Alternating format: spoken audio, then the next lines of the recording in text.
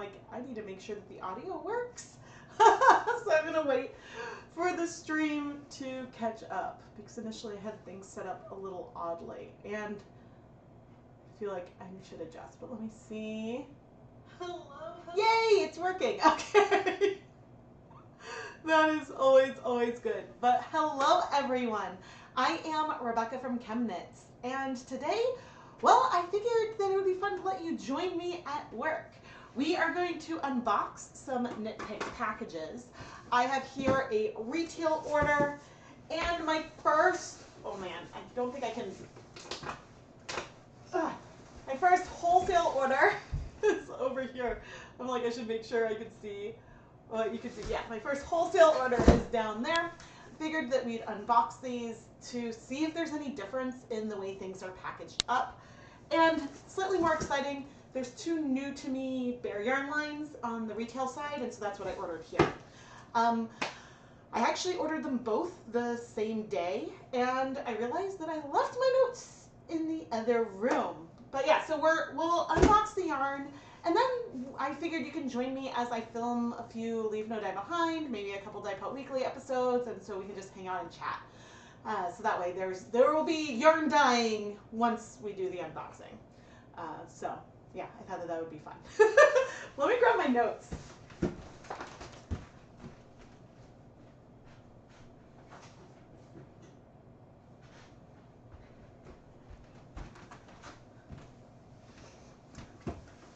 So I thought it was going to take longer for the yarn to arrive. I placed the wholesale order on the morning of September 22nd. And then later that afternoon I realized, oh, I should place a retail order the same day so then we can compare and contrast. And if you're lost when I'm mentioning Knitpicks Wholesale, my video this morning talked a little bit about it. Knitpicks sort of changed the way that they're offering bulk bare yarn. They have a new wholesale platform for indie dyers and business owners who sell their hand dyed yarn that has savings from 20 to 40% off depending on how much you're buying. And so yeah, that is something that I was very excited about, but there are downsides for hobbyists who like to buy bare yarn in bulk. And so there are some ways that you can still save, and I talked about that in this morning's video with the Build Your Own Value Pack. I also have a blog post where I talk all about that on my website. So yeah, I'm not going to go through everything all today, but I just dropped the blog post into the chat, and I'm going to pop it in the description too. My blog post about Nitpicks new wholesale. So it'll also be in the video description in case you want to go and check that out. But yeah, so it's a good news for someone who orders as much as I do, and yeah, maybe a little more frustrating for others, but let me fix that because I think the sun went away. All right. All right. I placed both orders on the 22nd. The retail was placed a couple of hours later. Both of the orders were shipped on the 23rd. I received the emails about the shipping at almost the exact same time. And then the retail arrived pretty early in the morning on Monday the 26th. And the two boxes from my wholesale order arrived Tuesday afternoon. So it did take longer for these wholesale order. Let me pick up the whole thing. I don't think it'll all fit on camera. It's two boxes, one tiny one and one big one. That arrived in the afternoon. I would have unboxed it sooner, but I think I'd finished filming the video that came out this morning on Monday. I didn't realize they would arrive that quickly. And so I was like, oh, that video should probably come out before I unbox the yarn. And so I would say, just a review of the actual shipping boxes, the smaller box feels very, very sturdy. The big box looks like it's kind of cobbled together. You can see where there was paper tape, and then someone, I don't know if it was UPS, added plastic tape on top of it. And actually, the box itself I think is recycled because I noticed here under some of the tape, there's this Hobbs bonded fibers, poly down bats. I don't know if that's something Nitpicks offers or what. I mean, it's good if they're using recycled boxes, but that could also be why the boxes always feel fairly crushed. Compared to other wholesale yarn that I've purchased, say from Wool to Die For, their boxes are sturdy and things feel very safely packed. This feels like a Nitpicks box. So this is from Nitpicks. Nitpicks now has wholesale for indie dyers. And so the way I found out about this was weird because I don't think it's been like announced hugely. I got an email from Nitpicks about it, not from like my affiliate relationship. Oh, I should add, I am a Nitpicks affiliate. The links in the description are affiliate links. I didn't get a notification through the affiliate. I think I got notification because I buy hundreds of skeins of bare yarn from them every year. And yeah, so I got an email, but before that I found out from someone left a comment on one of my videos that they were gonna offer wholesale. So that's how I learned about it. But I found out that other people have learned about it because I wrote a blog post because they couldn't figure out what happened and where the bare yarn went. And so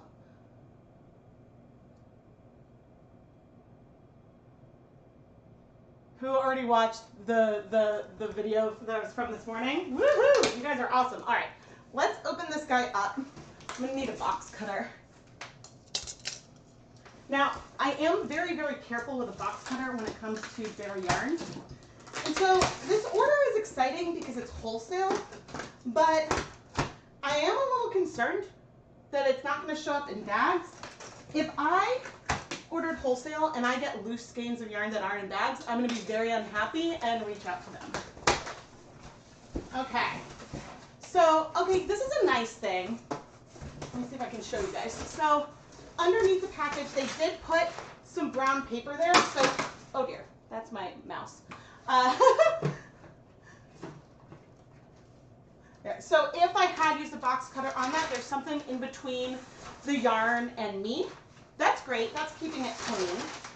And I am seeing bags, and these bags look like the same bags that I used to get, which is a great thing. So let's see, I ordered 100. So I think I will probably just toss them over there. 1, but maybe I'll do this so you can see. 2, so 2 on top, and then we've got some stacked. So we've got 2, 3, 4, 5, 6, 7, 8, 9. Wait, what? Oh, okay, 2, 3, 4, 5, 6, 7, 8, 9. I see, so they couldn't fit all 100 in here. Oh, okay, let's see what else they added. All right, we've got a connecting threads, welcome to the family. And I went blurry. Nope, we are here. There we go. So that's in here. And the purchase order looks identical to the retail one. Now, I did have to use another email address to make the wholesale account. I couldn't use the same email address I used for retail, which means to go back and forth between the different sites, I have to like log out and log in. But so far, this seems to be like just like opening up a retail package. This is Stroll fingering weight yarn. Hello, you think the parent company also owns the quilting supply? Yes, they do. Connecting Threads and We Crochet, and I think there's one more. There's also a paper crafting maybe company. Ugh. All right. Well, okay, what postcard did we get here? New amigurumi pattern, Otto the Otter. Well, that's cute. It's a We Crochet postcard. Ironically, a lot of bare yarn is now gone from the We Crochet website, which is weird. But so does this say it has all 10? It does. But the package did say box 1 of 2. There is a tiny hole in here, but that's not that big a deal. The yarn is all clean, and it did come in bags. So yes, I ordered a 100-pack of Stroll because then it was 40% off. Not all the yarn lines are available in packs of 100. There's maybe like 5 or 6. Some of the bases there are random. Like, I think you can get like Swish DK but not Swish worsted or something as a 100 pack. But otherwise, it's 20% off of a pack of 20, 30% off a pack of 50, and 40% off a pack of 100 where that applies. And I think I have a list of 100 packs. So Muse Aran, Stroll Fingering, Stroll Sock Blanks, Super Bulky Soft, Swish DK, Swish Fingering, that one felt weird to me, and Bare Wool of the Andes Bulky Superwash.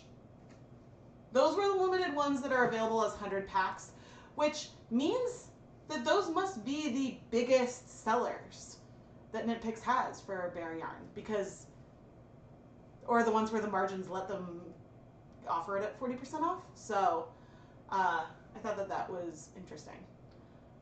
Let me fix this again. Fixing the, oh, that's looking odd, sorry. I'm realizing I am starting to struggle to see the screen. I need to get my eyes checked. All right, I want to make sure that I can see what you guys are saying. Hello, hello. All right, and so yeah, that was all pretty well packaged. I mean, they could do better with the big boxes, but maybe most of their orders are not big boxes, so maybe it'll get better. Now we're coming up with the retail package, which is in a very, very sturdy box, which is new for me. I have called customer service about the boxes not holding up. I'm quite red. It's the camera. I tend to flush a lot anyway, but this camera that I'm using is not the normal front-facing one I use, and it is very, very red. I tried to see, yeah, because if I pull in my,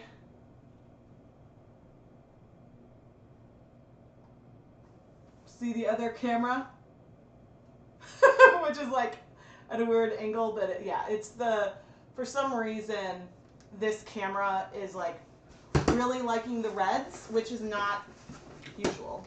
All right, but let's see the postcard we got here. Ooh, sock yarns for the perfect yarn. Hawthorne hand painted speckle. It's got a lot of pretty dyed yarns and like some more colorful sock stuff. So hey, out of all 3 packages, I got Nitpicks, connecting threads, and wheat crochet. But what we've got in here,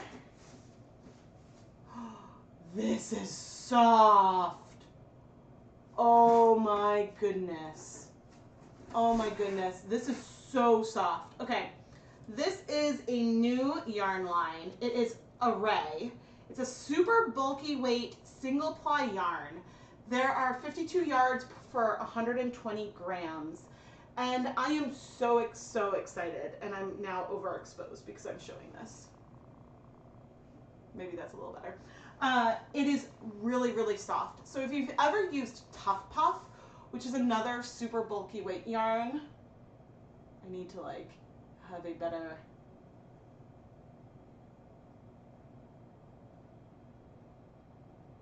okay. If they have, if you've ever used Tough Puff, it is a super bulky yarn, but I think that that's just, I don't know if it's just wool or Peruvian Highland wool or something. It is not nearly as soft. This is very, very soft and would be wonderful for like a super bulky hat. And so I got 4 skeins of it. And then I also got 2 skeins of Journey Tweed, Bare Journey Tweed in sport weight. Is Journey Tweed like, did this already exist before? But anyway, the Journey Tweed is 35% alpaca, 35% merino, 15% tussa silk, and 15% Donegal neps. The neps are like a black, camel colored, and a tan. It is just a very pretty soft tweed. But now I'm having like a brain question. So I'm wondering if I've knit with this yarn before. Or if it's new. Ooh, it looks like they have variegated options of it. So, because the Bear Journey Tweed is new. No, Journey Tweed is a new yarn line. Okay. I was like, is there something I don't remember? Hello, hello! Oh, not all the chat is showing up. Haha, I fixed it. Okay. Yeah, so this is just like a really interesting blend with the alpaca, wool, and silk, and so this was another one I was excited to try. Now, the thing with the retail versus wholesale is here, what, I got 6 skeins of yarn, and how much, it doesn't say how much I spent. That's too bad. But I think, what, free shipping's over $65, so I think that I got enough to hit $65. Whereas the bulk yarn then was, I mean, it was more expensive, but free shipping on wholesale I think is $400. But you're getting a lot more bulk. Was it? Did I write that down?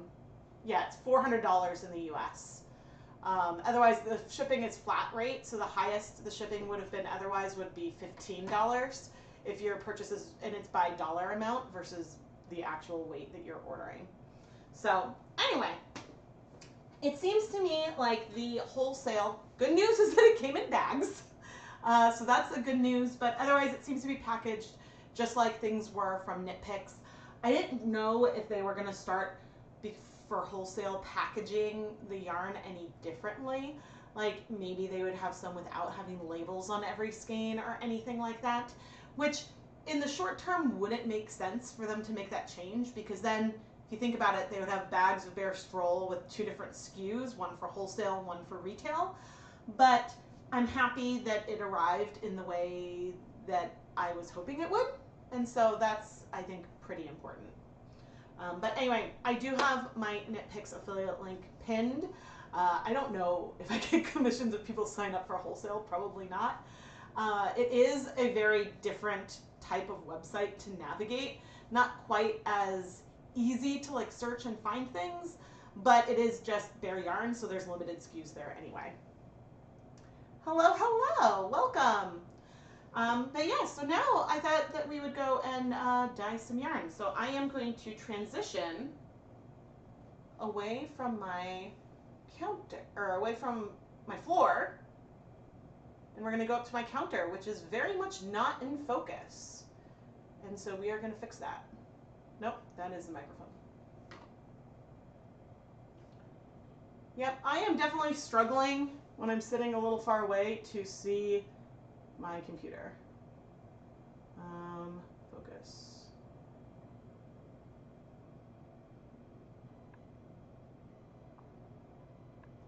Funny. Okay. Hopefully this will be in focus now. Okay. I'm going to put the knife away and come up to the counter. And so, yeah, the videos that I think that we'll film today will just be some things that are going to be some Leave No Dye Behinds, some maybe Dye Pot Weekly episodes, and the first one is going to feature a muck dye. But before we get started, I need to make sure that this is going to, camera is going to behave, because I see we're out of focus again. Hi, this is going to get frustrating.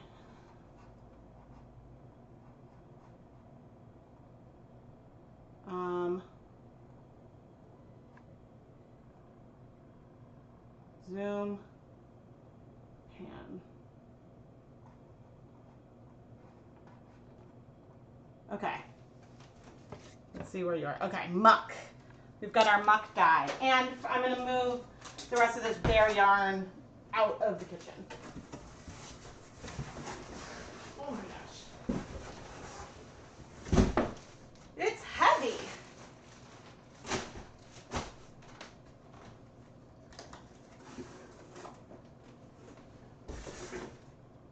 And of course now it's looking a little overexposed.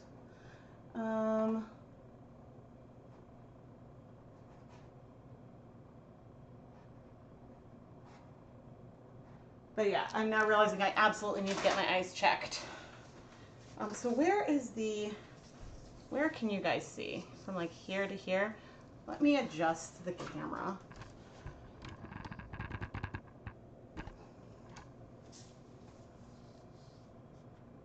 Okay.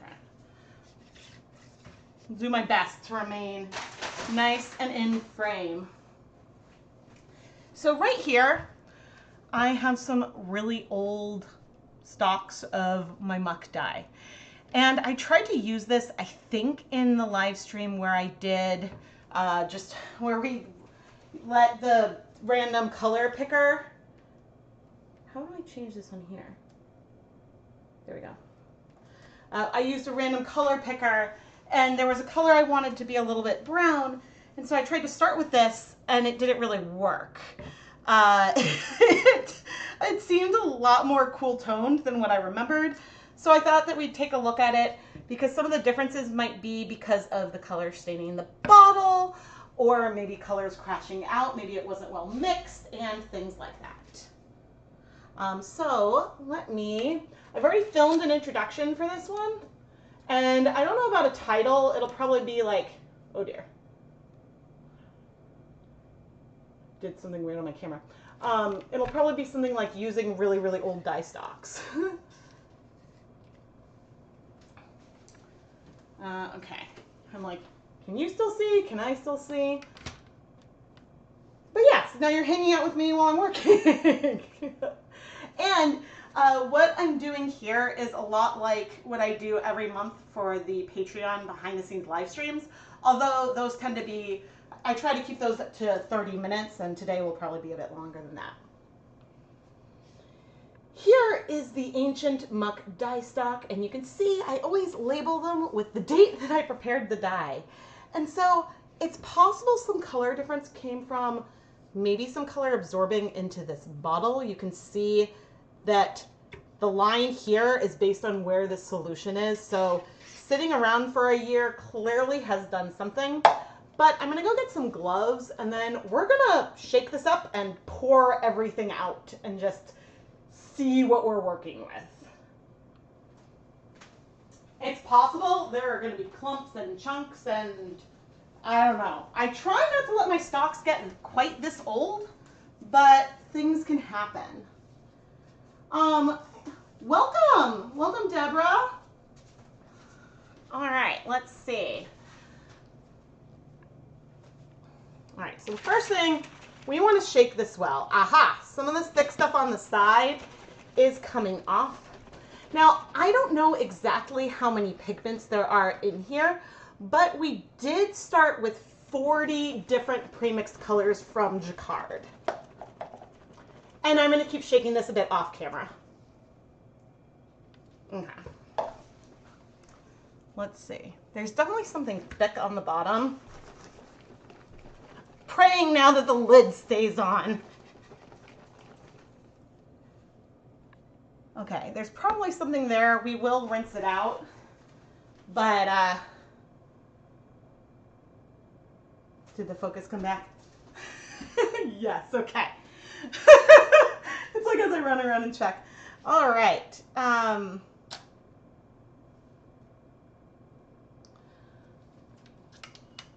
I'm happy to take requests. I'm mostly going to be working with older dye stocks today, and so that's the main plan, but I have a lot of yarn pre-soaking, and so we can do, if there are any requests, let me know. All right, we are going to take all of this dye and pour it out. But see here on the lid, the color is looking really, really black.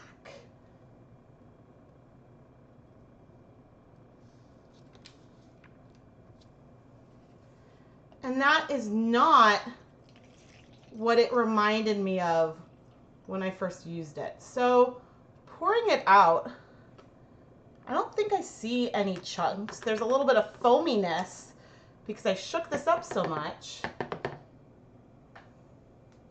which is interesting. And while I think I did remove some of stuff that was on the side, you can see how much we really did get something there just from the length of time that we left this in the bottle.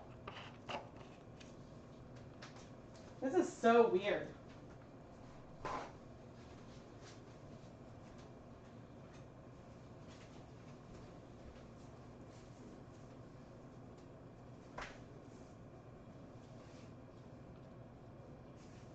And now I'm going to just take a little bit of this dye and put it on a paper towel. And yeah, this is looking black, maybe slightly green to me. Oh. Yeah, this is looking black, maybe slightly green to me. Nothing like the colors that I swatched before.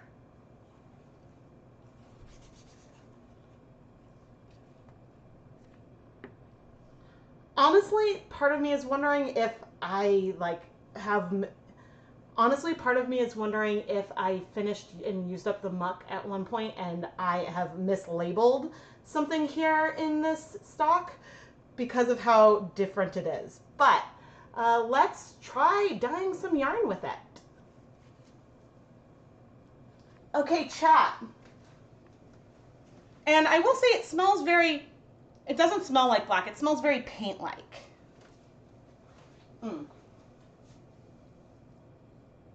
But as for the odor of the stock, I would say that it smells a little bit like paint, but otherwise doesn't smell like bad or anything. This is a stock of a custom mixture I made that includes approximately equal parts of all 40 Jacquard acid dyes.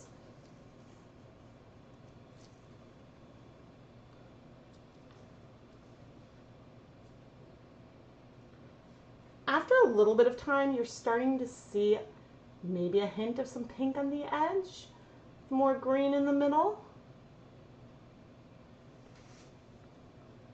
I think we're definitely going to want to dip dye. Okay, chat, I think we're definitely going to want to dip dye into this, but maybe that's not going to be the first thing we do, because I think I want to do things that don't involve the hot plate first, because, well, I don't know how much time I have. I do have some mini skeins soaked, so we can do depth of shade on 5 different minis.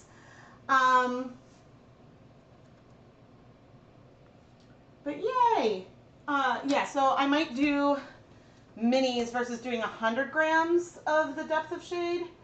And in the original muck video, I wonder what depths of shade I used, because I don't know if I still have that picture handy. I've never mentioned, and why does it smell of sock smelling? Stock, the stock solution. So there are a few dye pigments that do have a little bit of an odor to it. I'm trying to think of what colors specifically, because there's some colors that I don't like using because they smell like paint to me. And I'm completely blanking on another one that I used at some point. I think it was one of the reds that had an odor. So it smells just a little bit like paint. It doesn't smell rotten or anything like that. So that's, I don't know if I've ever mentioned it with the other colors. It's something I have smelled. I'm totally blanking on what dye it was that smelled like paint though. Let me see. Studio Muck. And yep, it's named after the Pokemon. Mixing. 40.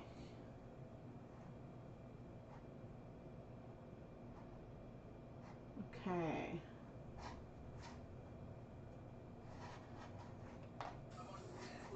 Nope. I do not want any audio from that. I'm just looking for, yeah, the color.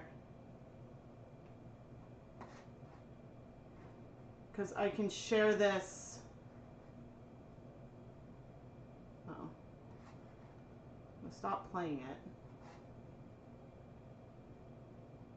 Yeah, the color was very much more like of a pinky brown kind of color.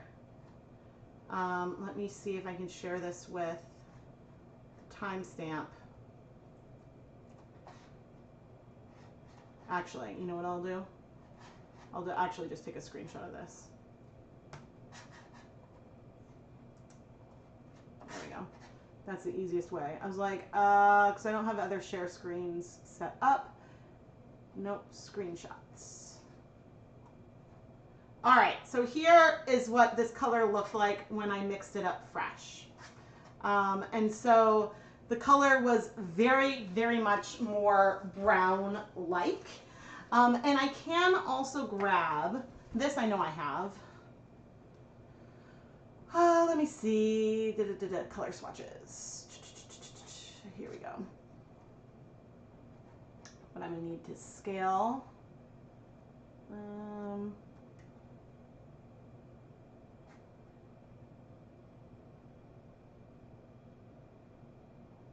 Okay, so if you can see here the liquid and the powder compared to, it's more cool toned than pecan brown. It's more purple than that, but it's more brown than espresso bean. And so that was something I always found pretty interesting here. So it didn't really fit with any, like, it definitely feels more brown looking at the purples, but looking at the browns, it feels more purple to me, which I always found pretty interesting. But the color that we have on that paper towel right there doesn't feel anything like it. And I believe this is the exact same dye stock that I used to make that yarn. And so this is a video I wanted to do because I had observed that, and like when I saw that this looked black, I was like, that's weird. And so I think what I'm going to do,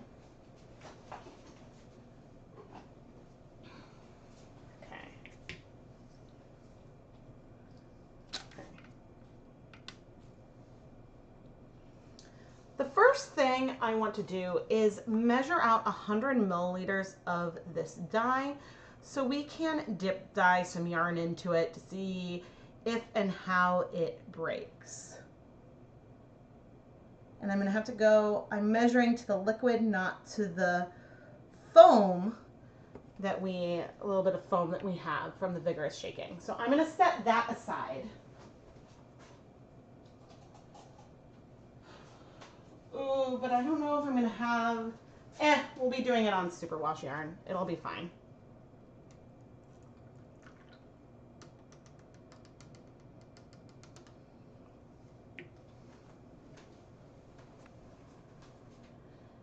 And then probably after we do that dip dye, probably what I will do is rinse out the,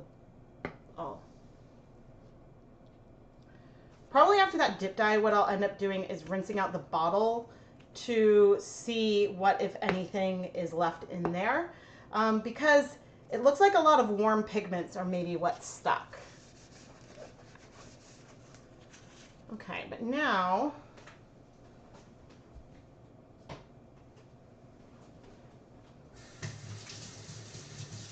let's think, how high, do I want to start at a 2% stock solution or a 1% stock solution? That's what I'm debating. How high did I do on the other video? It's been quiet on the chat today. Yeah, I don't know, maybe, I wonder what people are working on today. Let me see. If I said in here what depths of shade I used. Okay, I did do a 2. All right, we'll do some depths of shade. Oh my.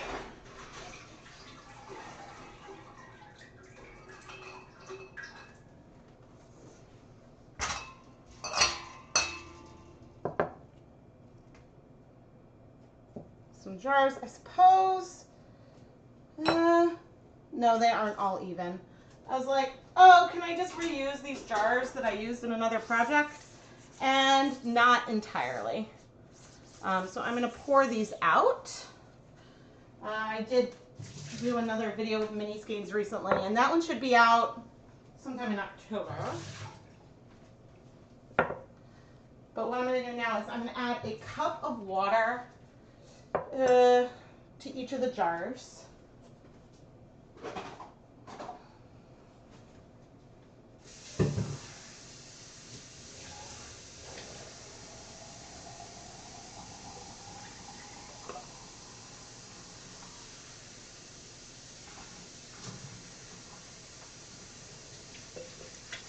And so we're going to do a cup of water, then the dye, then the yarn, then acid, and then we'll probably fill up the jars with more water so the color can be a little more even.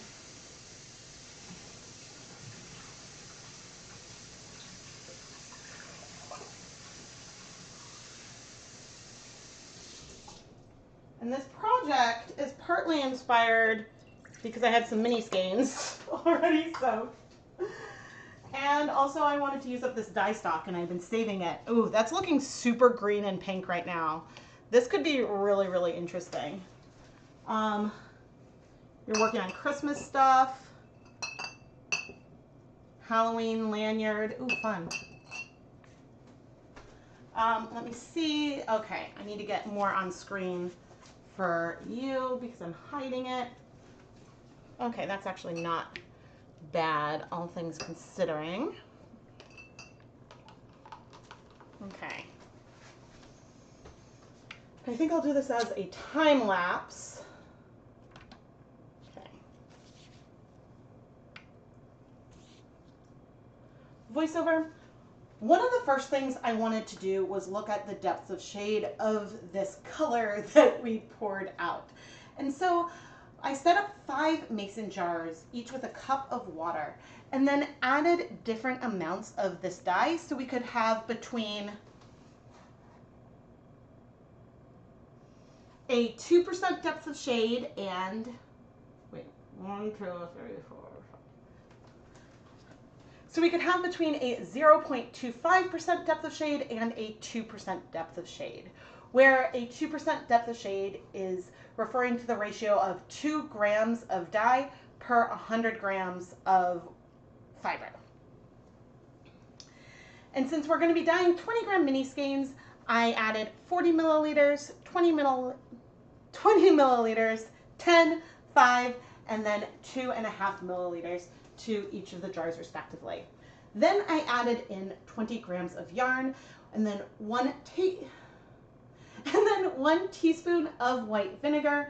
I then filled up the jar with some more water, added the yarn into a pasta insert to go and heat set these cups. Oh, no. We'll talk about heat setting later. And in case I need to do that. Then I added 1 teaspoon of white vinegar to each of the jars and then added some more water to give the yarn a little more space to move around. And then we'll pop back in real time. Okay.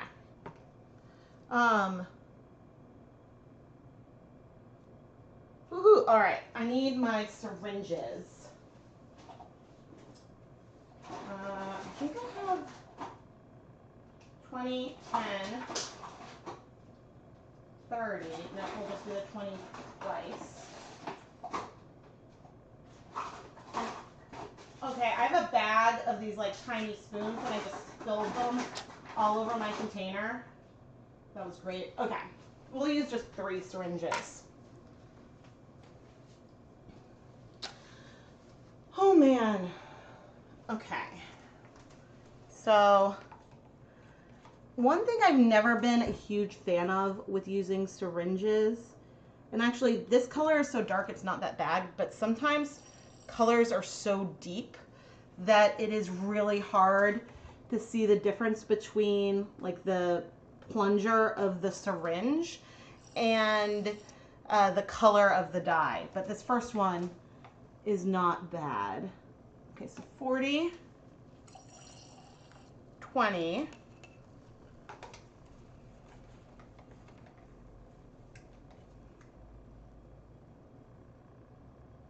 okay, then 10,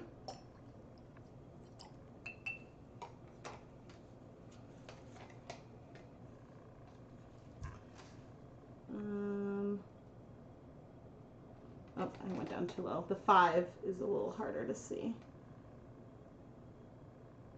Okay, 5, and then approximately 2.5.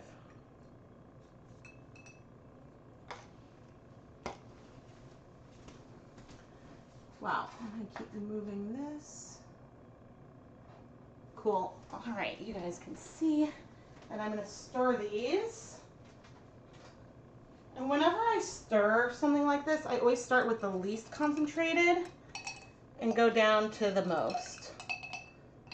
So this muck mixture had a combination of, say, hot fuchsia, which is a fluorescent pink, jet black. It had a little bit of so many different pigments, Kelly green, chartreuse, so many things are in there.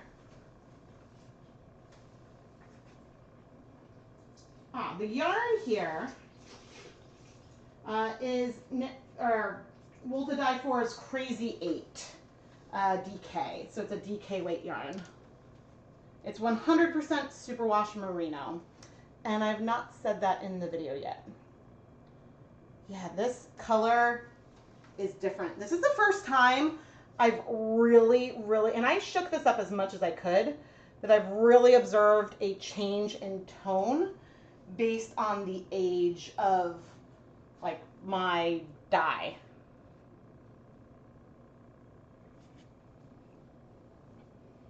But I haven't looked up or even asked how many different colors or pigments Jacquard uses in their line. That's not something I've ever investigated. But yeah, that's looking so gray, which it definitely never did to me before.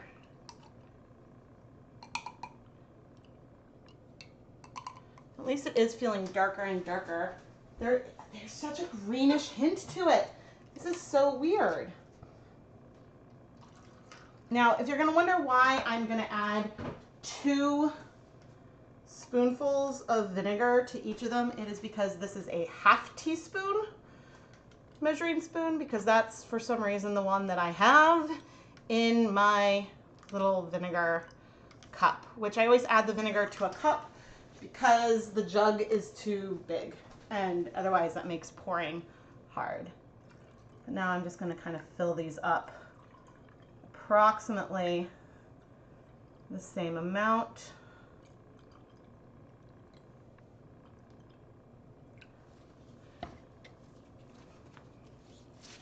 Rinsing off the spoon. That is looking, it's a pretty green. I've never thought of like a greenish black before. That is odd to me. But of course, you know, the color isn't necessarily that pigmented because there aren't a ton of premixed pastels in Jacquard's line, but there are some. And so there's deep colors like the black, but then there's also ivory or ecru or something. So, yeah.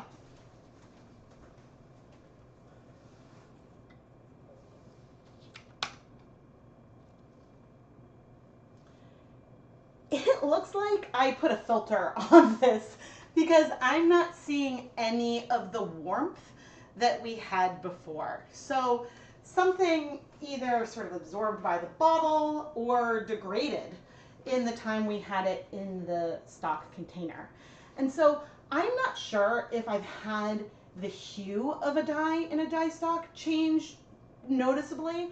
I've certainly had things become way more concentrated towards the bottom and the dregs because maybe it wasn't, I didn't shake it up well enough. But this is really the first time I've seen a massive hue difference. And I mean, I'm pretty sure that this is the same color because I don't have another label on the bottle. This is so weird. So weird. Okay.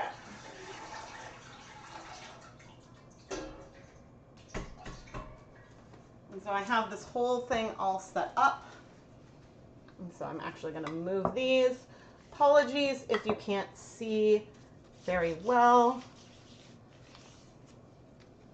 But I will show you after I put this in.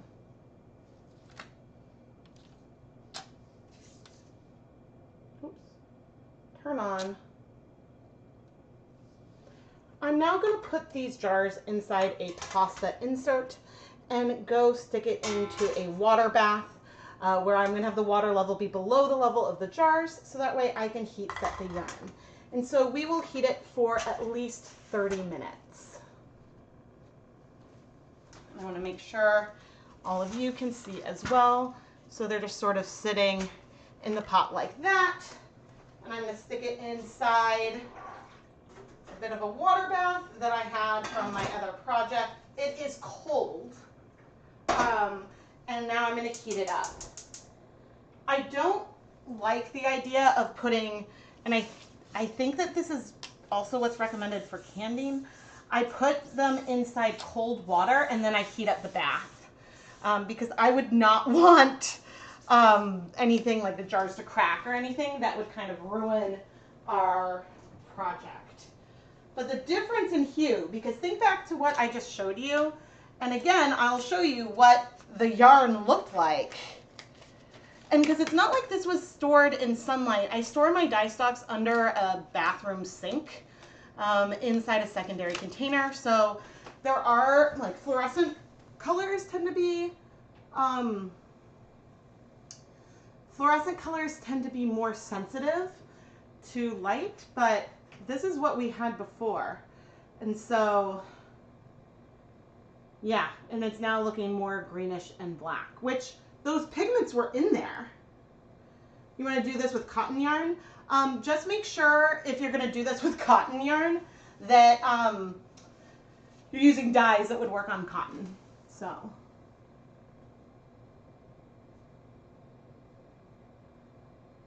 but yeah, that is the first one of the things I wanted to use up. And then, goodness, so I think I will want to dip dye. I'm wondering if I want to set up the hot plate now, if there's anything else. Yeah, we may as well set up the hot plate so we can carry on with this video. But actually, maybe first I'm going to set up on the stove a dye pot so that way we can like heat things up and have the water be a little hot already when we bring it over to the hot plate.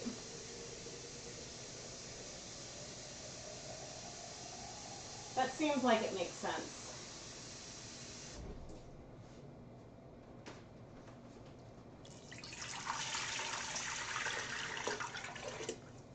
I think we'll do 16 cups of water. Oh, good. Do I wash with dish soap, shampoo, or conditioner? I use dish soap to wash the yarn.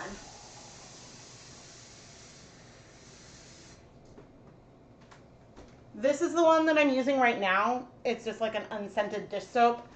I try to go for unscented just because I'm sensitive to scents. And I go for clear because I like to be able to show if there's a hint of color. I don't want to be like, oh, could that have been a little bit of the color of the soap? Which usually it wouldn't be, but. All right, we've got 16 cups of water. I'm going to start heating this.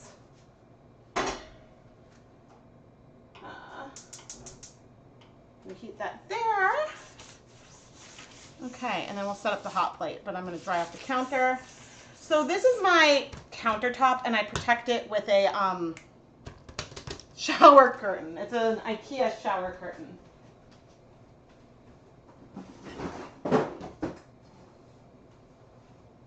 Okay. Here is my hot plate. Okay, I have to figure out where, okay, that would be a little awkward. How am I going to do this? I think I'm going to want to do this like that, and I'll move your camera. No. No. The problem is I'm going to want to have it on the bigger burner. How how am I going to do this? I think I'll have to stand. Let's see if I can do this when I'm standing on a step stool.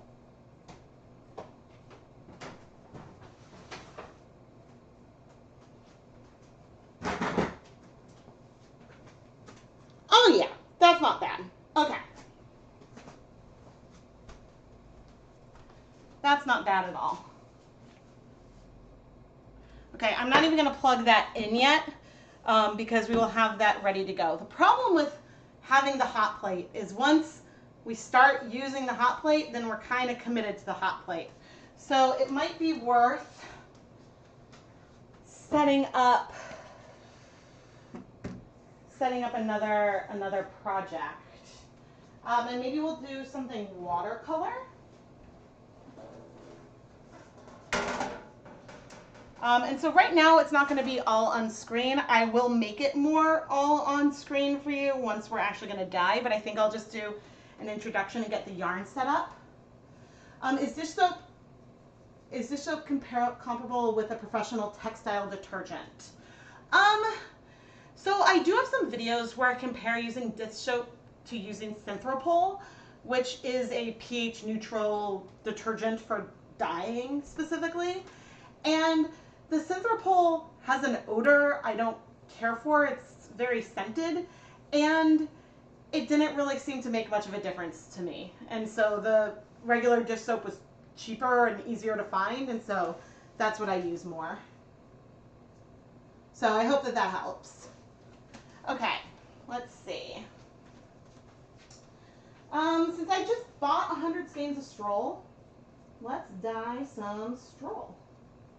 What? Oh, that is not one of my Strolls. I think we'll do something like layered and watercolory, using reds and pinks. Okay.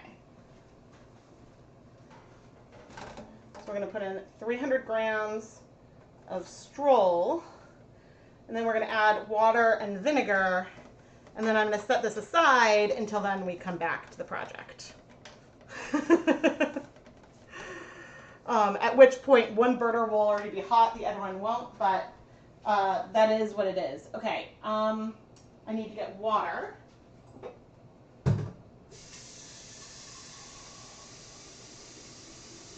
And if I was a tablespoon, where would I be? Now I find a teaspoon. Okay, I found one.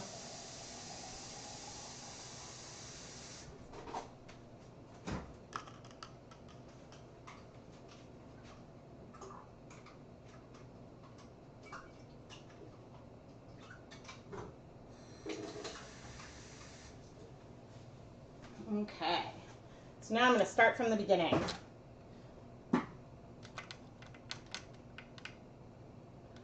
Hi, I am Rebecca from ChemKnits, and today we are going to dye a sort of watercolory kind of yarn on some Stroll fingering weight yarn using some red and pinkish purple colors of acid dyes.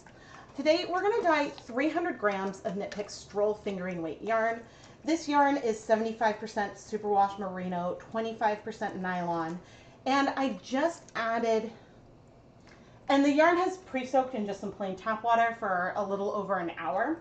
I just added 8 cups of water with 3 tablespoons of white vinegar to this yarn, and we're going to start heating it up before we start adding any color.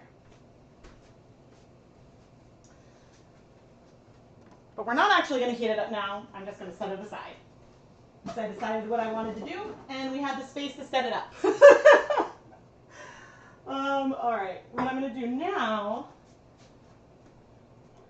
is move our dye pot over here, and I will adjust the camera so you'll be able to see a little better.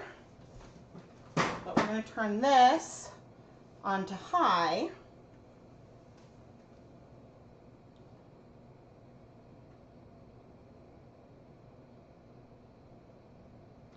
Yeah, so Isabel said you use washing up liquid. Synthropol helps maybe get out unbonded dye quicker. But yeah, when I've done Synthropol versus dish soap, I didn't find like I would dye yarn at the same time and then wash one with Synthropol and one with dish soap. I didn't notice it help in the length of time very much, so yeah. And I think it does, Synthropol is better about making your hands dry out. Oh goodness. All right. Oh my, I'm still recording. And that was from that other video. Whoops, hopefully.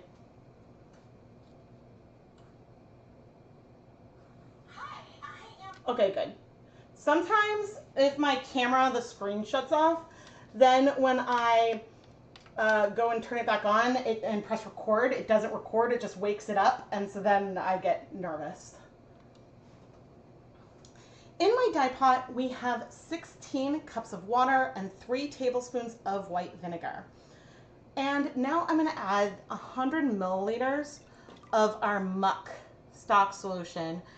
And as I pour it out of this cup, I'm not seeing any particles or anything there, but I am going to go rinse out this cup. Oh. But I am going to rinse out this cup with some plain tap water.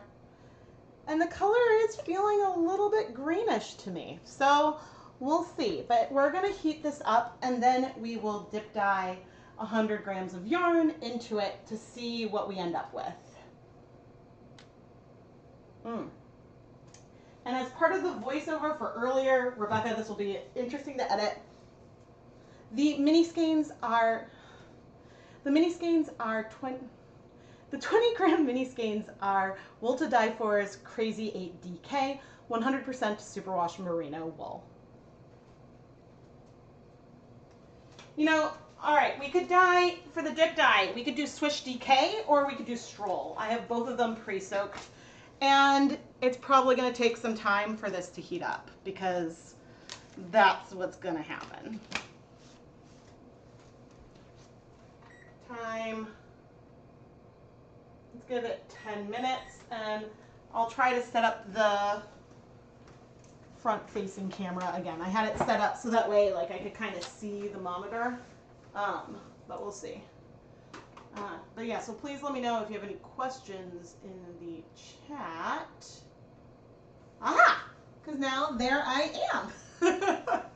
Looking very, very red. It's funny because my walls are definitely like an off-white, but they're looking a little bit pink. And so, yeah, it's funny. The camera I'm using as a front camera today is tennis ball. So it's the one that might just all of a sudden freeze, but the audio is the same camera that's looking at the counter. If anyone is curious about how this is all set up. But actually, now that I just sat down, I actually think while we're waiting for things to heat up, I'm going to take a brief intermission and then I will pop back in. So please, while I pop out for just a moment, please feel free to add any questions into chat that you may have, and I'm happy to try to answer things when I come back in just a moment.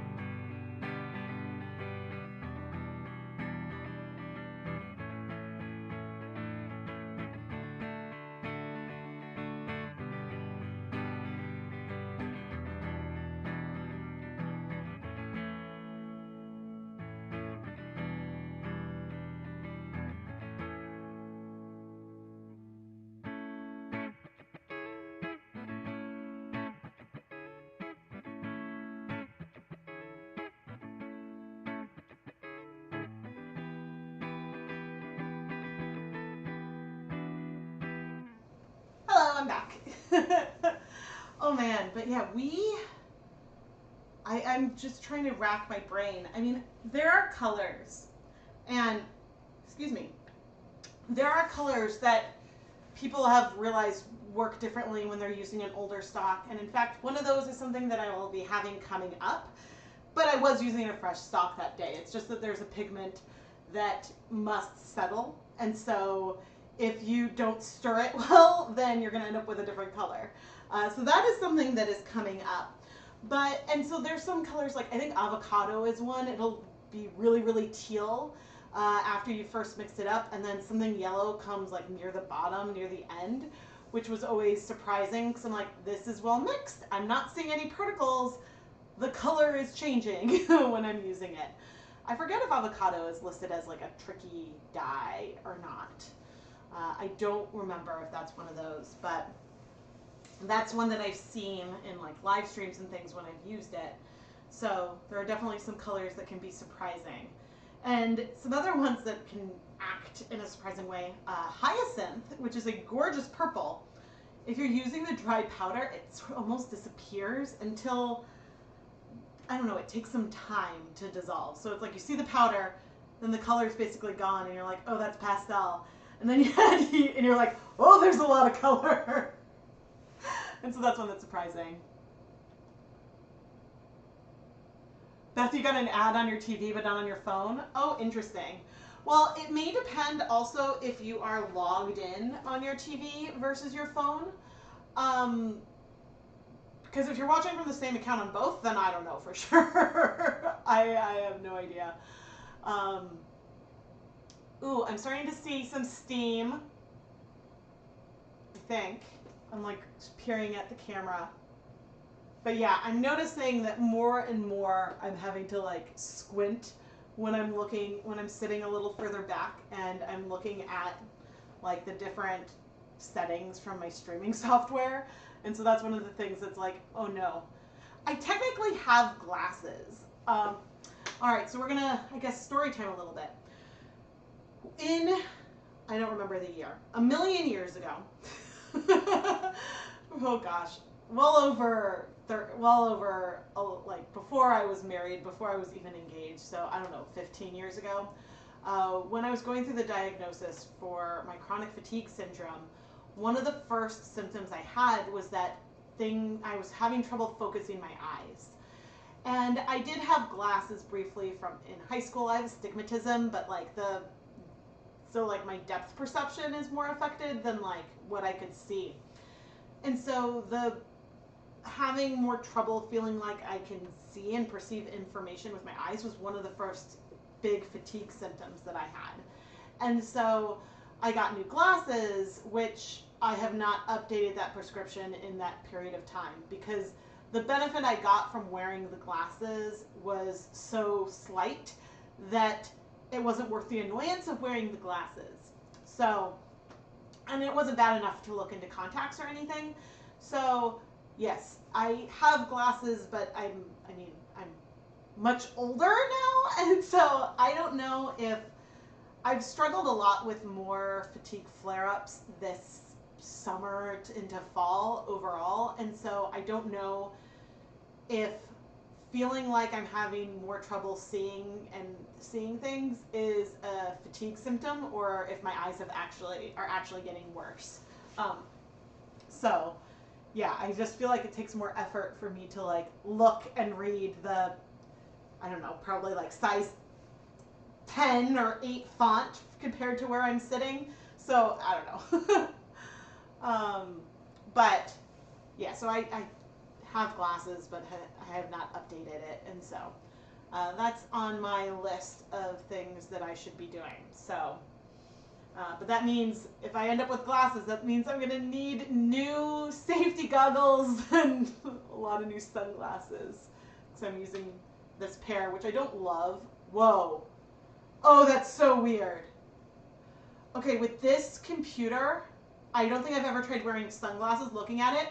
Like, almost the whole screen is gone. Because I wonder if these are polarized. I don't know. But that is wild. I mean, I think it's one of the screens that, like, you can't really see if you're on the side or something. But, okay, that's wild. But anyway, I thought that it was just that I needed glasses at first when turned it out that I probably had mono that I've never quite recovered from, is the best hypothesis we have. Because the only thing we eventually had was a positive test for me having mono at some point. And so, yeah. And so I don't know if my illness of another thing that can have long symptoms earlier this summer is related to the flare-up of things, but yeah, I don't know. But I feel like I'm like getting some of my groove back, and so that feels good. Oh, and while I'm chatting, have you pre-ordered your ChemKnits Hanukkah sampler yet? I am so excited. I have done almost all of the dyeing for it. So what this series will be is there'll be a new video every night of Hanukkah. And with that, there'll be a little package for you to unwrap. So each of the samplers will have 9 wrapped packages, one for each of the 8 nights of Hanukkah, and then there's a bonus 20-gram mini, and so each of those 8 nights have 10-gram mini skeins, and then the 9th package will be a 20-gram mini from one of the nights, like randomly, and they'll all be labeled with the date so you know when you can open them up. And it's a lot of fun. And so far I've dyed 7 of the 8 nights. And so I have the bonus add-ons still to dye. And then I have, the add-ons to dye, and I have, yeah, that's it. But I've twisted everything, which is good because sometimes I like film everything, I film the dry yarn, and then I save the like twisting and that last like look at all the twisted skeins for the very end when I'm like right before packaging up. So, yeah, but let me see. I think before I stand up, I'm going to go check the stove with our minis because that's making a lot of noise. They're looking really gray. I mean, it's pretty. Oh, cool, my timer's about to go off. All right, I think I want to adjust, you guys. That's looking warm. I'm seeing a lot of steam.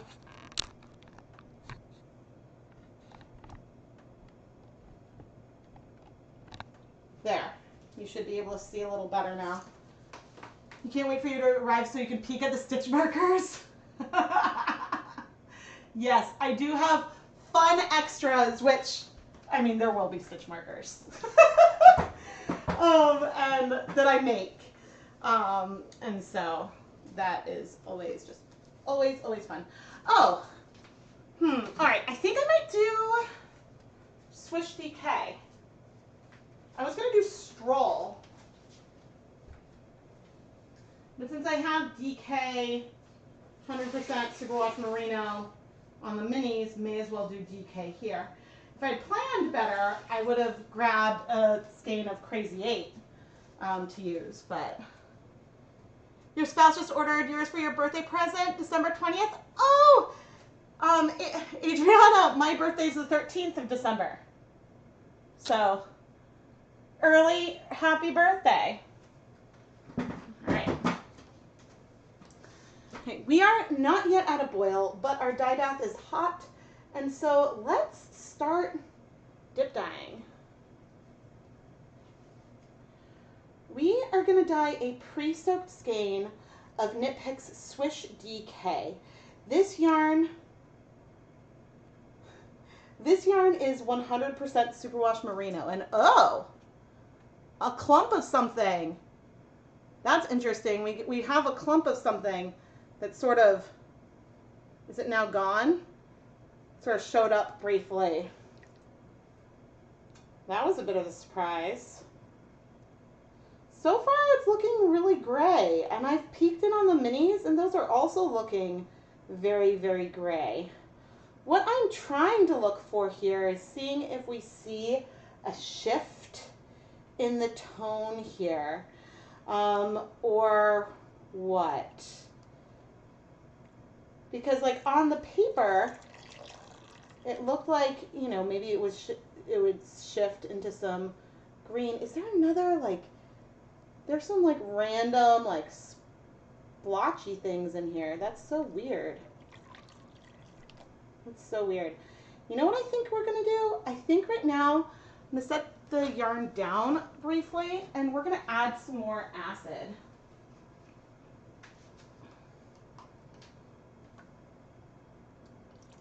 Let's add another tablespoon of white vinegar into here because I'm not seeing any obvious shift, although maybe now, is that greener and less gray? Maybe there is a different color that is starting to come in for the finish. Now, color breaking is when you have one mixture and that separates into different hues, and that's based on how the different molecules bind to fiber. If something binds fast, it will mostly all bind to the bottom of the yarn, and if something takes more time to bind, then we might be able to capture more of that towards the surface. And it does feel like there might be something a little bit bluer towards, or a little bit greener maybe towards the end, but I'm hesitant to put all the yarn in yet because I don't want to lose some of that differentiation. I'm going to set the yarn down for a sec. And I'm going to grab a spoon to sort of look at the color. And the color isn't feeling greenish to me. It's almost feeling a little bit pink, which would not be horribly surprising because there are pink pigments that take a really, really long time to bind. But right now, especially when I remove it from the water, it's feeling green. I think it feels a little less green when I put it in. But yeah, there's almost like a pink towards the end. Ooh, I know we may lose some of this color variation, but I think I'm gonna add the end in. I do have more of this dye, but see, I see a little bit of pink. That might disappear, but I do see it. Like over here, that's feeling slightly more pink than what I am seeing right here, which is feeling much more green. And so that is breaking, but whether or not we'll still feel that difference once all the color binds, I don't know.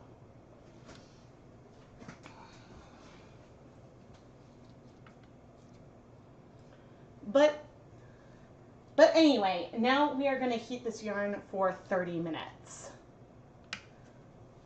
But I'm going to set a timer for 10,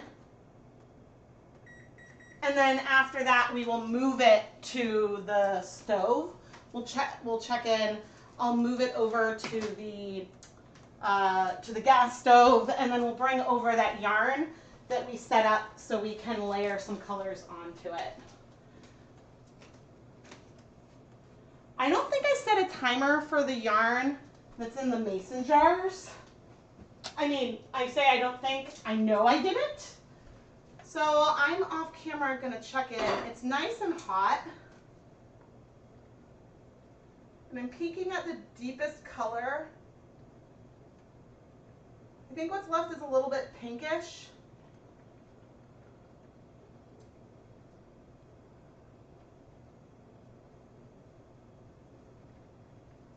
Yeah, there might be a tiny bit of pink left in there. The color is definitely feeling green now, though. I'm going to film a little clip over there. It's looking so blue.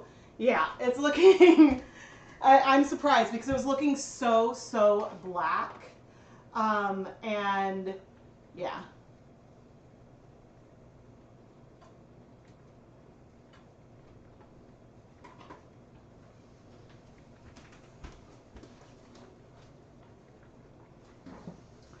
Okay, all right, I'm bringing the camera over here.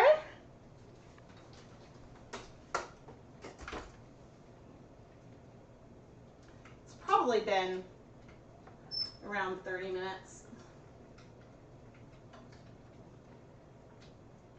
It's time to check in on the mini skeins. I just removed the lid from the pot, and if I look at the deepest shade, the color that's left in there is looking kind of pinkish to me. This is consistent with what we have seen with the dip dyeing. So I think what I'm going to do here is add more acid to each of these containers. And I'm going to go ahead and add another teaspoon, so another 5 milliliters total of acid into each of these jars, and we'll keep heating it up.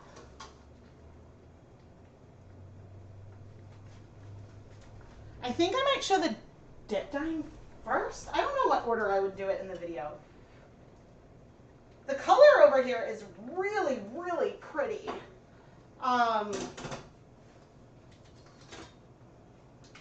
So at first I was bummed when I was like, it turned black, but it's a really pretty green. That's just so different from what there was before.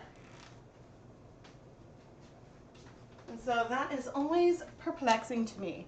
All right, and so the pink color here is feeling a little almost dirtier because I think it's absorbing more of like the green colors. There is definite breaking. I'm now curious what the original dip dyed color, oh dear, looked like. Is this the video?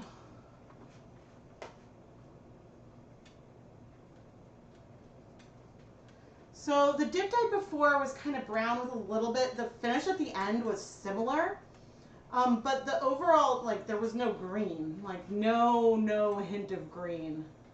And so that's just wild to me. But anyway,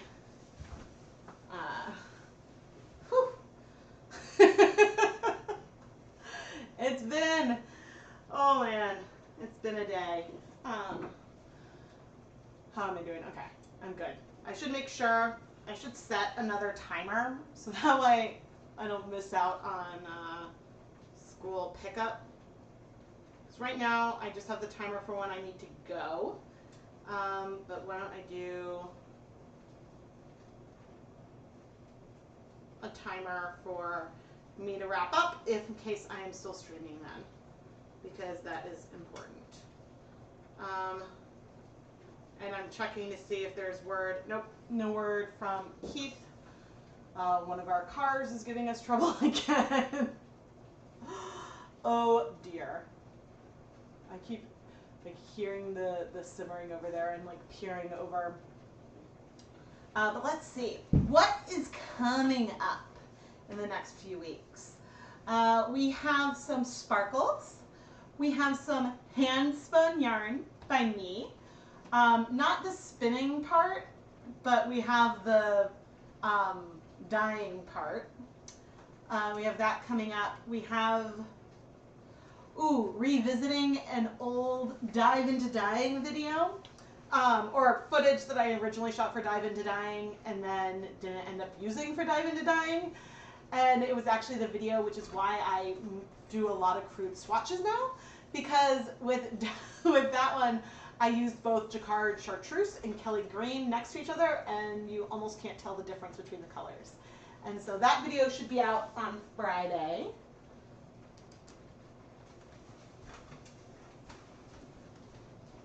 I'm going to turn that down because that's getting loud. It's funny because, yeah, it's definitely picking up. It's looking more brown than pink. But, like, the relationship between pink and brown is a really funny one because a lot of pinks, a lot of browns are pink when you get them really light or purple. Yeah, it's funny because, like, I overthink dyeing hand spun a lot, especially because for me, part of the fun of spinning is that the way you can like blend and twist the colors together, which is not something you can do with the dyeing. But this video will be really, really fun. And it's some yarn I spun specifically to dye. And so I think that should be really, really nice. I haven't edited that one yet, and technically I still have to film the conclusions for it. Oh, the 400th episode of Die Pot Weekly is coming up. And I think I have it scheduled so that way that video will come out on the 5th anniversary of the first episode of Die Pot Weekly. When I realized I was close, I think that's like October 18th or something around there. When I realized I could get close to that date, I was like, oh, I should take this.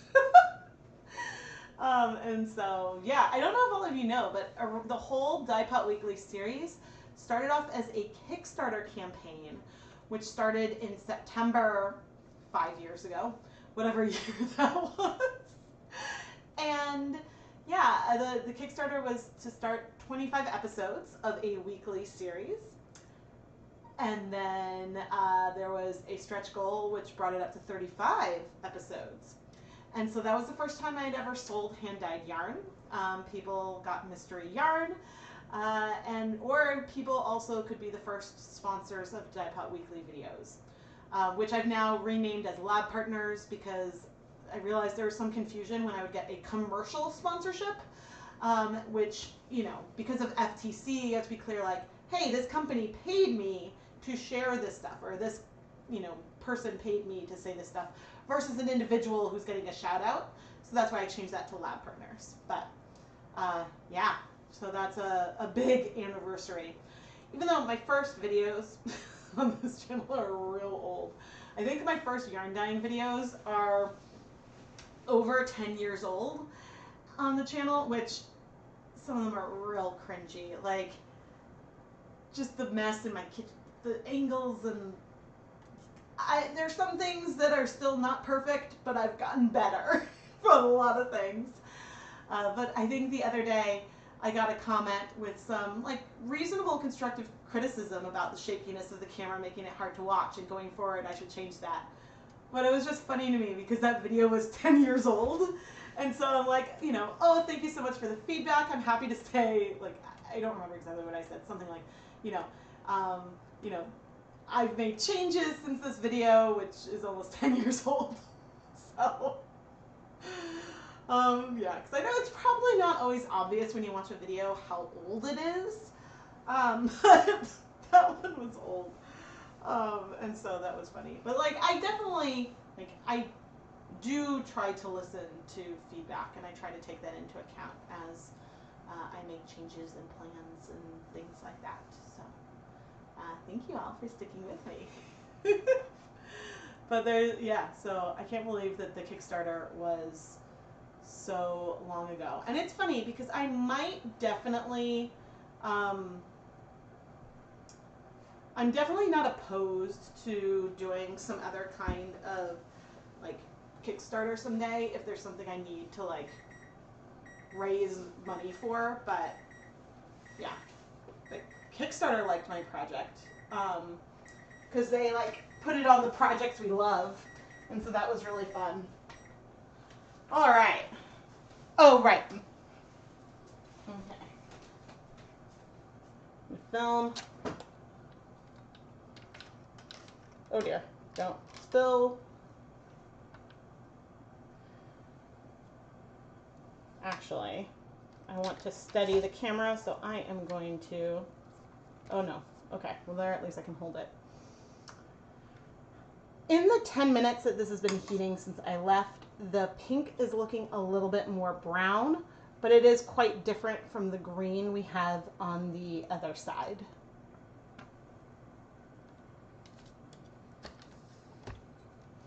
And part of the reason why I've done things this way is that, I'm actually going to turn on, it's weird, I turned off the far burner, but I'm turning on the closer one. Part of the reason why I let it sit for 10 minutes is I wanted to know how much change was from me moving things versus not. I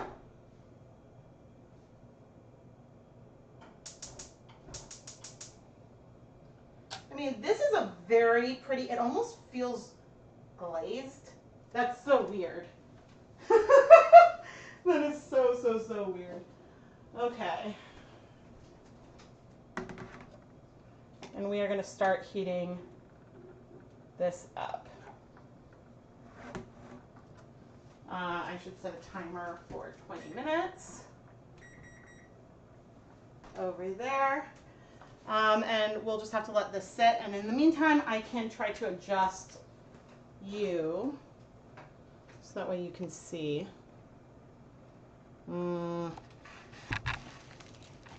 was going to try to like intersperse one tripod in the other, and then decided that that was a little silly. So you guys are going to be at a slightly weird angle because I want the camera for filming the Die Cut Weekly to have priority. But it's actually looking pretty good today. Oh, goody. When I'm sitting down, I will be able to look for steam this way. Assuming that the camera doesn't freeze, which happens from time to time. Oh, goodness. What else has been going on? Yeah, so the hand spun. So if you're a ChemKnits patron, so if you've checked out the ChemKnits Patreon, then you may have already had an opportunity to get a little bit of sneak peek to the 400th episode of Die Cut Weekly, which I think will be a really good and informative video. So there is a sneak peek for that that is on the. There's two ways that you can watch that actually. You can join the ChemKnits Patreon, or you can become a channel member here on YouTube at the postdoc level, and then on the community tab you get access to that video. You've wondered if you've thought about getting a lapel mic. Then I wouldn't go quieter when moving away from the camera. Oh, good question, and let me check, because the camera's facing away from me a little now. Postdoc level. Okay, I can still hear. I have. The one problem is that the lapel mic, I think that Keith gave me, would require me to, I think that it would be hard for me to still move around, because I think I would be connected to the computer, and I move around so much that I think that that would be really, really challenging. I basically, what my dream is to build studio space that allows for filming in a way that is easier, and to have like a permanent desktop that would allow the streaming versus using my beautiful laptop. And so, yeah, I think the lapel mic that I have is not a wireless one, and the problem also with having wireless things around here is that we have radio tower interference, which causes, like, sometimes like trackpads don't work if they're plugged in, touch screens don't, like, I have a Chromebook, and the power cord acts almost like an antenna. Like Keith, if he plugs in his guitar amp, music comes out of it because it picks it up from the radio tower. So we have some challenges, but in theory I would love to improve the audio. But yeah, that is just, that's something that is definitely on the list. But I also would love to upgrade to streaming with a DSLR instead of, okay, I'm gonna flip the pan around. I would love to use one of my probably older DSLRs to stream with, because then I would really be able to like zoom in with like better quality. But again, the number of cords that would require to plug in that camera into the wall and things like that would be more complicated than what my current setup I think could manage. Because I think people who say stream gaming and stuff have a streaming setup that is like in one location. But right now the computer is on one of our bar stools and I'm sitting on the floor, so that way it can be close to where the cameras need to be to stream on the countertop. And I do have sometimes I set up another camera on the stove, but lately I've been just doing more on the counter because that's a bit easier. You think you hear boiling? Yep, I see some steam, and I may need to reduce heat over on the stove as well. But yeah, I'm definitely getting some good steam, and so we'll be ready to go here momentarily. And so the colors I'm planning on using for this one are Cabernet, there's a red, maybe it's poinsettia, and maybe I have some like purple pop and fluorescent fuchsia. So those are the colors that I have, and so this is again more of a, hey, let's use up some stuff I have. And that Cabernet, man, it lasts forever. And for a while I had 2 different stocks of it, because one of them may have been from a color challenge where Cabernet was one of the colors. And then the other one I mixed fresh when I was doing a fade set with like a green and like a ivory, and using those colors. So I made a fresh stock for that video. And so that's something else. But yeah, I think we're just about ready. I forget if, no, the timer's not for this one. All right, let's do it. But I am going to, okay, that is actually still cold. So I'm actually going to kind of help move the yarn around, kind of wiggle it. Yeah, it's definitely warm, but not in all the same places yet.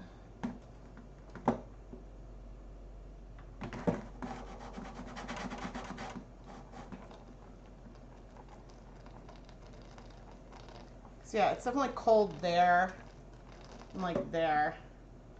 It's the downside of the hot plate. 'Cause yeah, the water is all different temps. All right, well, we'll give it some more time. Oh man. Okay, the boiling pot over here, it's not looking pink anymore, but there's a little bit of pink foam.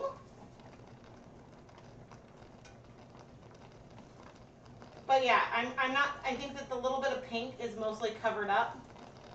Ooh, this is cool.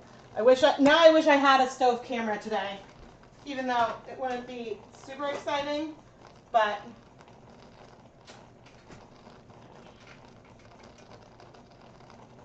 we are close to 20 minutes in now, and our pinkish section still has a hint of pink, but has picked up some green.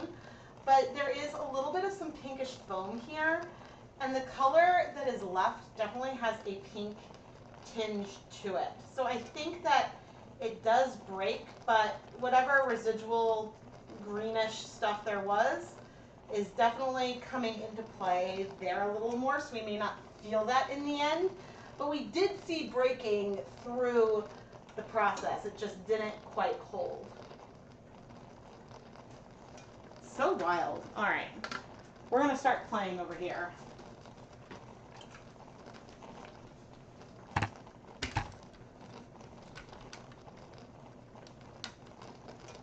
I'm working on my electric hot plate today, which doesn't provide the most overall even and consistent heat. The burners are different sizes and sometimes will be hot in the middle and cooler on the sides, but we're going to go for it. Okay. Need to put on gloves though. And I realized I cannot see the chat. Oh man. I know, so I've done something like this before where I filmed a bunch of episodes of Dyed Cut Weekly. That time I had a lot more plan and things figured out. Today was much more of a, let's do whatever we have. All right, so I've got Cabernet Cherry Bomb, not poinsettia. What other colors? Oh, that was the muck. Purple pop and a little fluorescent fuchsia. And so the Cabernet is going to take over the whole thing. I'm calling it now. And I need to find my paper clip, which I tossed into my bucket. And I'm totally not going to find, am I? Oh no, I found it.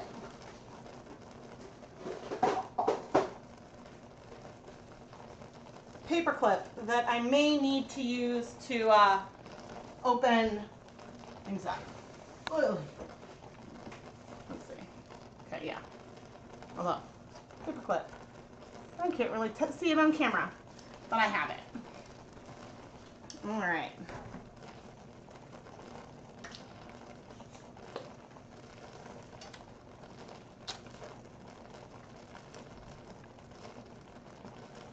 Today we're going to be using some older die stocks of some pink and purple colors.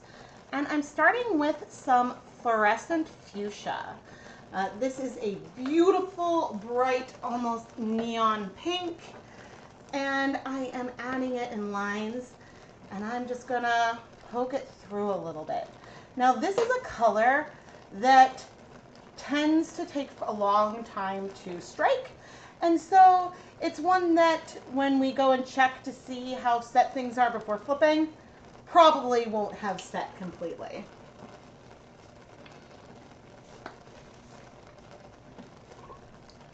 I also have a red. This is Cherry Bomb, which is a very beautiful red color.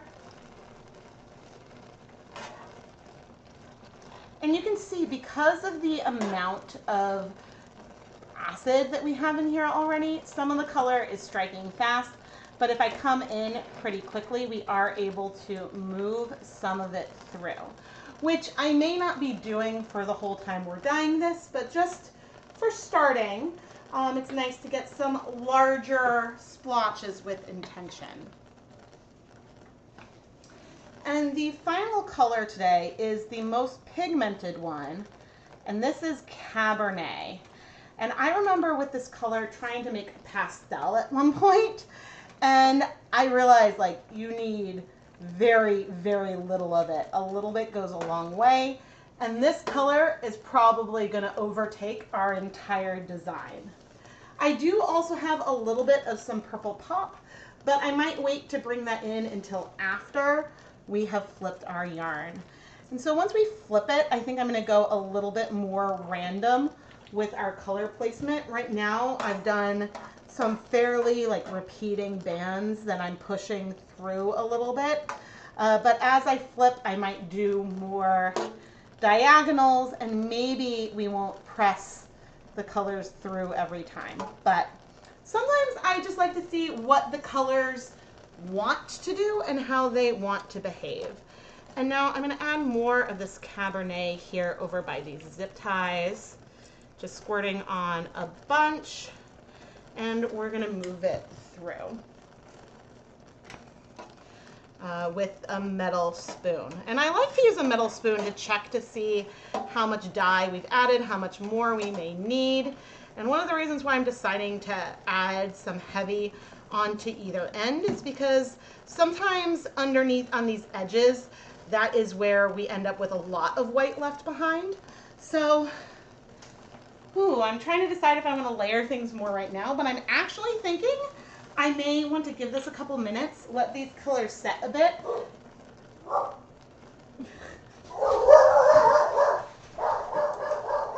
Excuse me.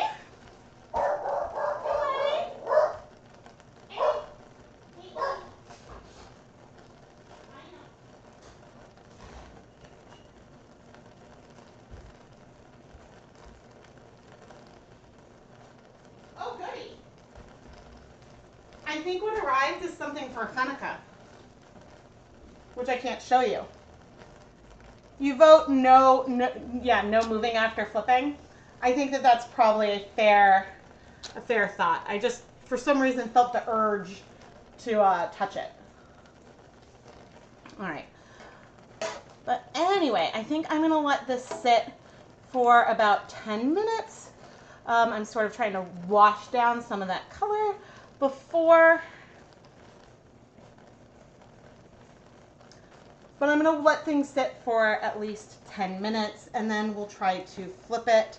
Oh, that fuchsia is actually kind of striking a little faster than I thought. But then we will flip it and start adding more color to the other side without touching it as much.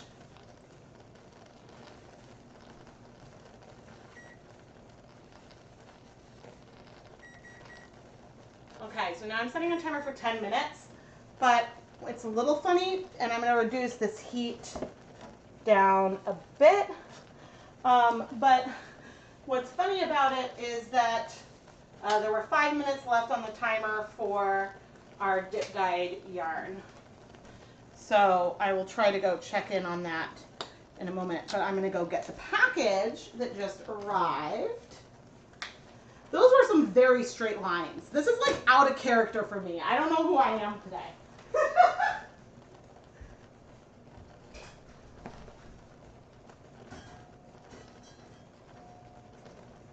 Oh no!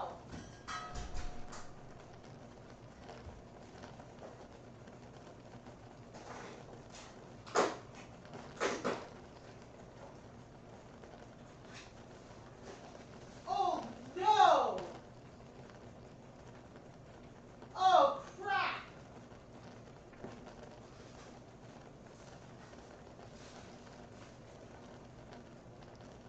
Oh crap!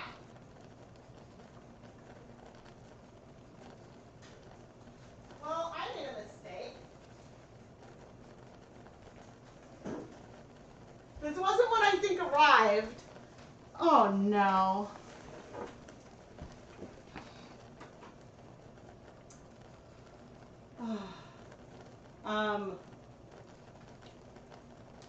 So I ordered something.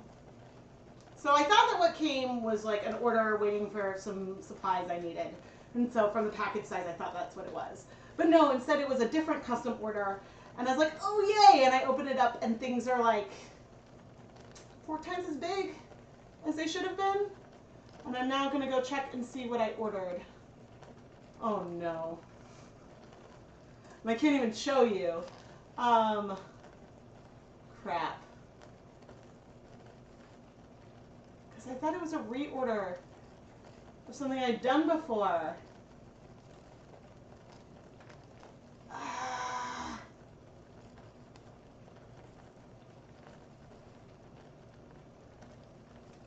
Wait a minute. Oh.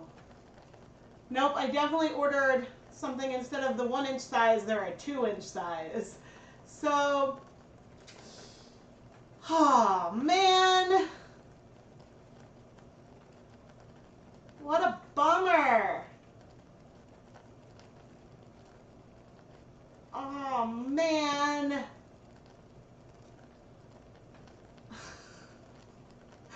Well, maybe I'll turn them into something. But I feel very intelligent right now.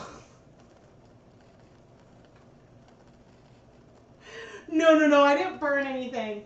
No, it's just what arrived. So, like, so you know how like 1 year, and thankfully it's not for Hanukkah or anything, so it's not a big deal.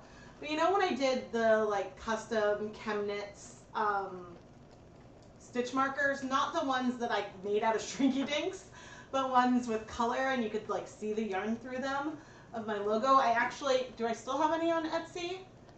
If not, I may have some others that I need to make more.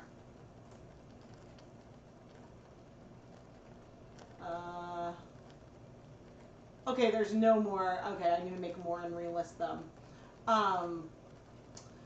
But so those progress keepers, basically it's that kind of charm, but with a different image.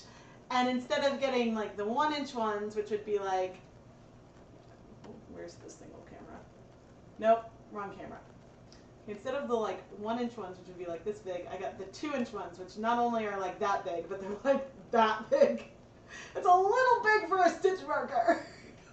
So I opened this and I was like, oh no.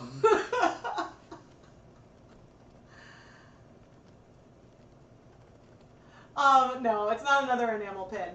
And with that, I would have like double checked the size a little more. So like, it is what it is. It's just, I'm like, okay, I need to figure out what I'm going to do with these though. Because they're definitely charms.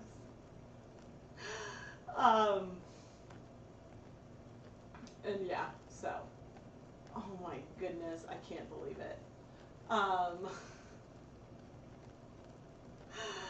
I can't believe it. Well, I might turn it into some, oh man, but it was, well, who knows? Maybe not this Black Friday, but it might turn into something that becomes part of something for like next year's Black Friday. after I do what I was gonna do. I'm now like trying to think what to do. Okay.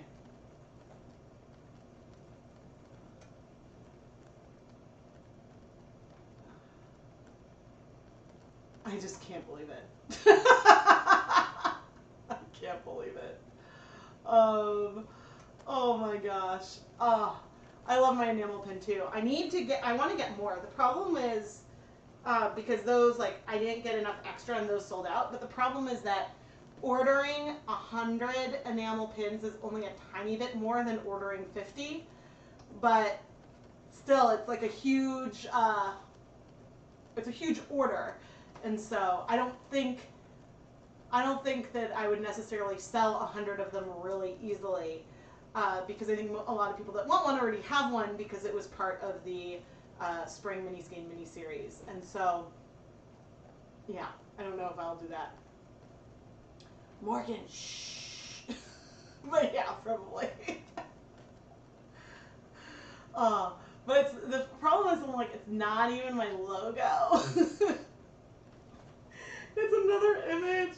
Oh man, it's a fun one though. But what I don't know is that it's big enough that like maybe I'd be able to like sign them or something.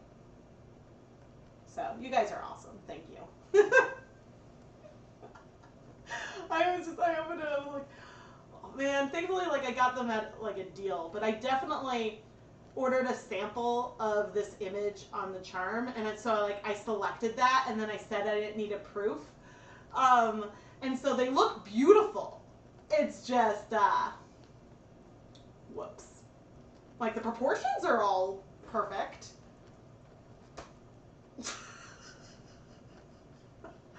Oh my gosh. Oh man. I think people, yeah, it'll be fine. Oh, that's a whoops moment. And I wish I could share it, but oh well, it is what it is. But that is just so, so funny. I can't believe I didn't notice, especially because, yeah, I just didn't notice. Oh man, because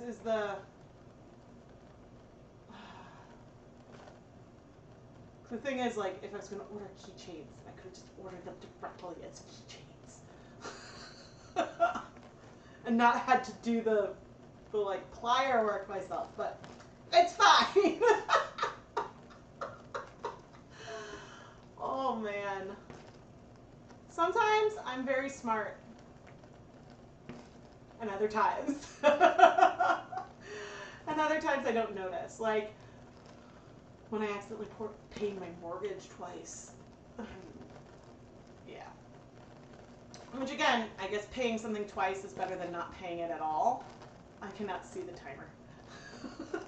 But I'm having one of those weeks. Oh gosh. And then like we had airline credit. Oh no. We had airline credit from a flight that we had to cancel back in 2020, and we finally had to use the rest of the credit. And then of course everything was like really expensive yesterday, so that was interesting. So oh, I'm getting that.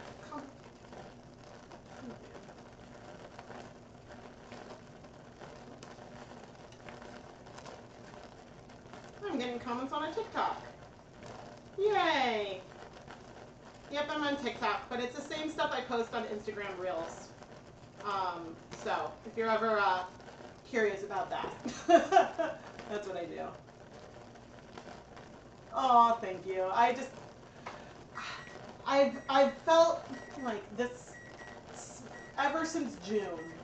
I felt like I have not been I feel like I've been operating a lot slower than usual. Oh, shoot. Okay, I'm going to have to come back to that. I forgot to do that. Okay, I'll go deal with that first.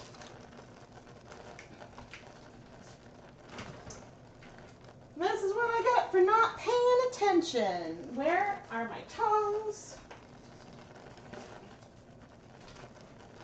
Okay, I'm looking at the dip dyed yarn. All right, it has been 30 minutes, and here is our zip tie. I was like, I can't find it.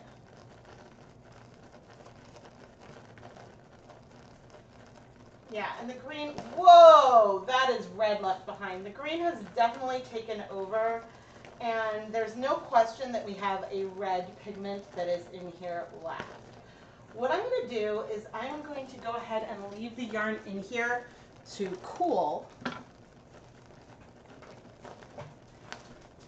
But first, I'm going to add a nice big old splash of vinegar, and we'll see what happens.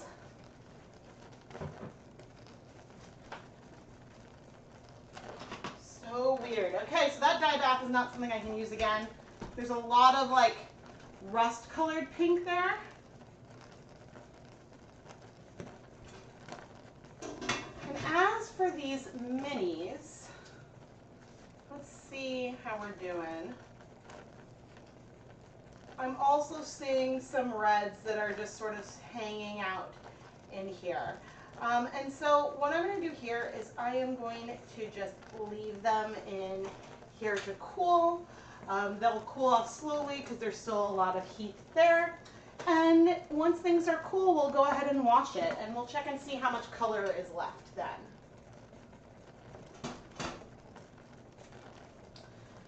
So if the color had cleared for those muck dyes that we're looking at, if that color had cleared, then what I would be doing now is potentially like rinsing out that stock bottle to dye a little bit more stuff, but the color did not clear.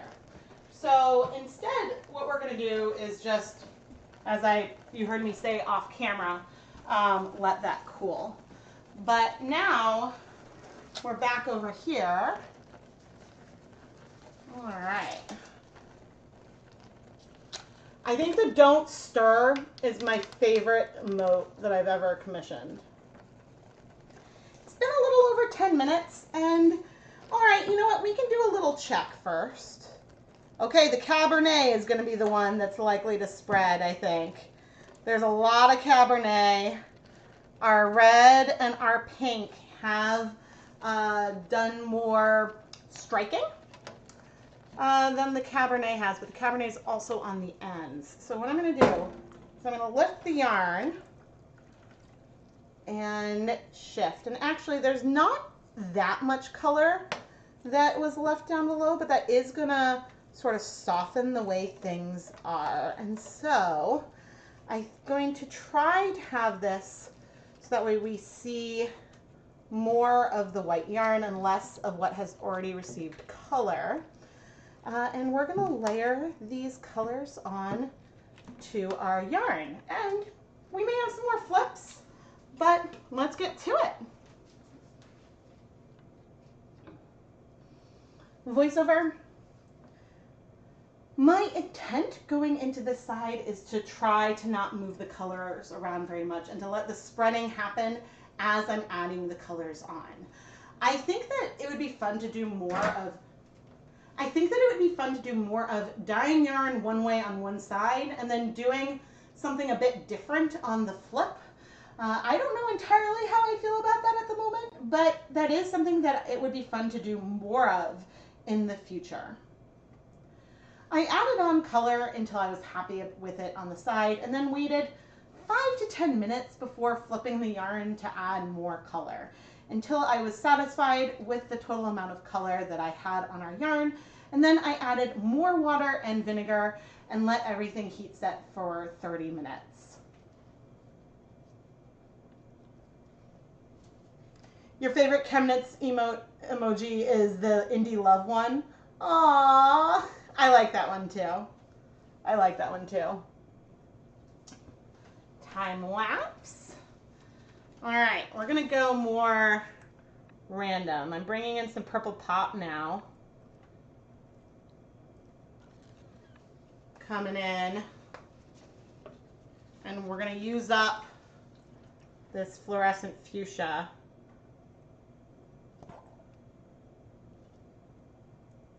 I don't know why I'm trying to like mirror it. All right, this bottle is almost done. I'm going to fill this with water.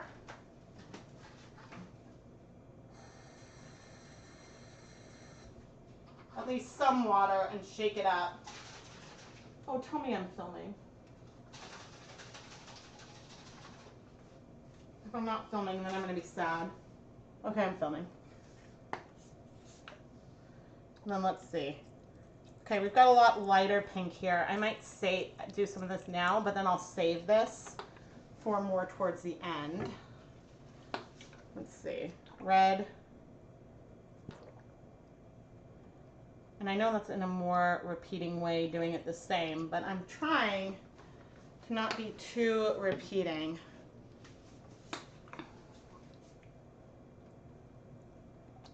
This color is probably going to overtake everything. I know I'm doing more straight lines. I should do more zigzags. It's so weird to do lines now. I don't think I've done lines in a while. I do hearts so much more often, right? Or scribbles. But I used to do lines like this a lot more often. It's taking a lot of restraint to not... I should save some colors for the flips. It's taking a lot of restraint to not press down on this right now. That's all I want to do. I'm like, I want to poke. I want to poke. Man, this whatever the muck turned into is so wild. I'm like shocked. This is really pretty. Too bad I know the Cabernet is gonna like spread and sort of muddy everything a little bit, which isn't a bad thing, but I really like what's going on right now. What was I thinking? What else was I thinking? Okay.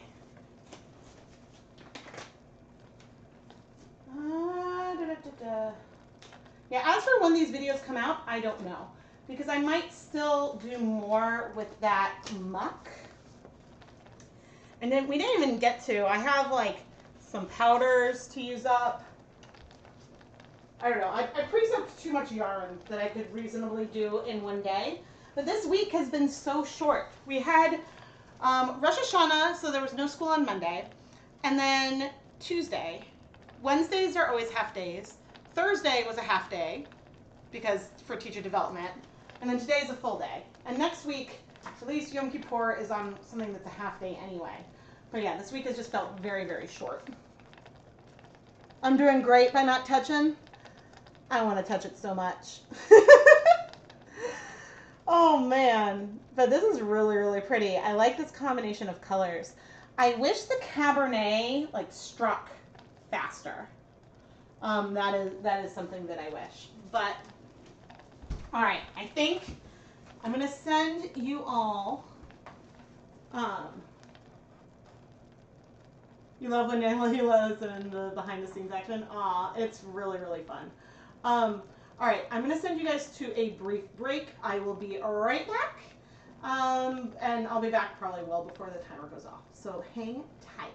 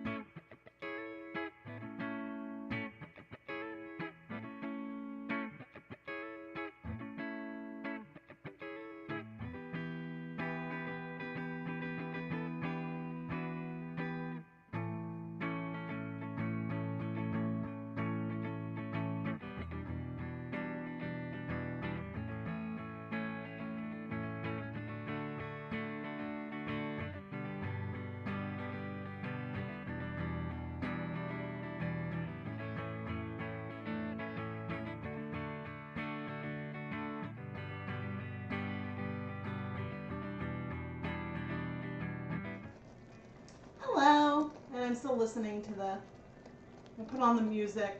I was listening to it while, like, I was drinking water and stuff. And that song is actually the song I walked down the aisle to. It's a song that Keith wrote. So that's the sample of him playing it on guitar to the guitarist who was at our ceremony. So, which, this isn't the first time I've shared this fact, but I think that, yeah, it's not something that is often shared. But I want to touch the yarn, doo-dah, doo-dah. Why am I waiting 10 minutes? I'm being a very good girl, and I should, I need to have, this ready to go. The, like, don't touch, ready to go. At one point I did. Oh, wait, I do have it. There. Don't stir. Oh, man. I think I don't have another custom emote in the queue yet. And so the more people who join the channel and become a channel member, then the more emotes and things that I can do.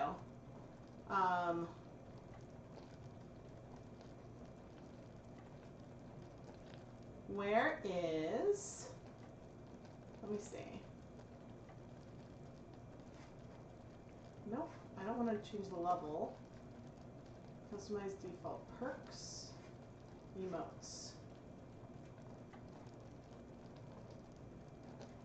Okay, if we get 5 more, then I can do another. 5 more members, and then I can do another custom emote. So what other emotes should we do? Because I did, I don't know, it was a lot of, I had way too much fun setting that up originally. Because, so, some of the first ones were and I'll pop them all into chat, because if you're not a channel member, you can't see them. Some of the ones that I was most excited about were the yarn mop, the yarn heart, indie barking, because that comes up. That one felt relevant. There's me hugging a heart, me laugh crying, and me face palming. The face palm one felt important. But then I didn't like that the only indie one was of indie barking, so then we also have the indie with, like, hearts all around him, because whenever he makes an appearance, he always gets a lot of love. ChemKnits emoji? Oh gosh. That might be hard to do. They would love it. Actually, what I've been considering doing, and so the problem is that I kind of want this. It's like you can hire people, like, on Etsy and stuff to do, like, Pokemon, like, drawings where they'll draw you, like, a Pokemon trainer and then draw your favorite Pokemon, like, around you. And some of the artists are, like, incredibly talented. And so part of me was like, oh, this would be really fun to do for Lucas for his birthday. But Ryder also plays Pokemon. Keith only does Pokemon stuff because the rest of us do. He does have a favorite Pokemon, and so therefore I'm like, well, it would be funny to, like, have his favorite Pokemon in there, and, like, Ryder likes all the cat Pokemon, and I don't even know what my favorite Pokemon is, and so I was like, I don't know, maybe Eevee, because it can turn into, like, so many things, but I was just like, I don't know which mine would be, and so, yeah, but it gets really expensive if you want to do 4 people and 4 Pokemon, and we kind of want more, yeah, I'm just like, on one hand, it would make more sense to do just, like, a kid and their favorites, but I really want to have me and so, yeah, that's the, like, me. But I was thinking if I ever do that, I would send the emotes, like, my emotes, to be like, hey, please use this hair color for me. Because, yeah, otherwise, like, which, you know, that was taken of a picture of me in the sun, and then I got the color from my hair. It just always looks brown on screens. And the only thing brown about Rebecca is my name. I'm still a redhead. Thanks, Caitlin! Emoji of a stitch marker dangly that goes all the way around the pin. That is hilarious. So whenever I look at so Paradise Fibers now uses bulb pins for all of their stitch markers. And sometimes they put the charm on without like any kind of jump ring, and so then it just sticks. And that's a little bit of a pet peeve of mine. I like there to be a jump ring if it's a bulb pin, so that way the charm can like move and doesn't get stuck. I don't think that would translate incredibly well when it's super, super small. So that's the thing I don't know. But I love the don't stir. I should turn that off. I wonder what.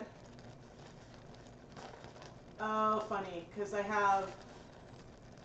Oh no, that was my mood board for indie. Huh. Oh no.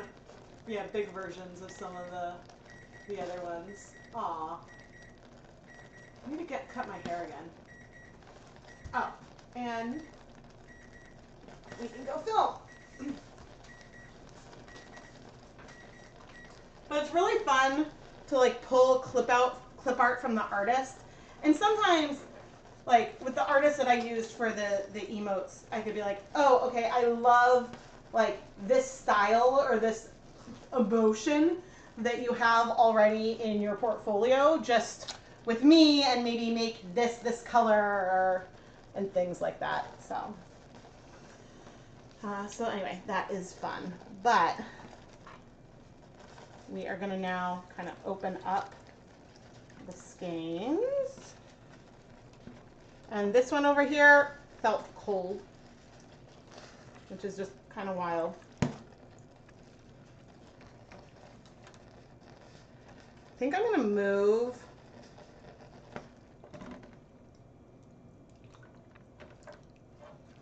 the one in the middle to the side because it's warmer.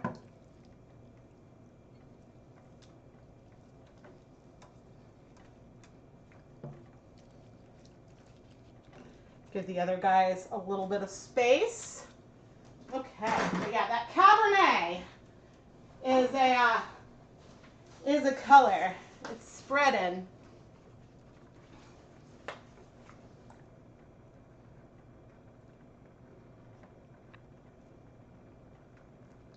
And I'm thinking that we may not finish the purple pop, but I'm thinking I want it a lot more where, and actually this little bit of fluorescent fuchsia can also come in more when I'm seeing more white and wanting to cover that a little bit. But I like that there are some bigger patches of the red.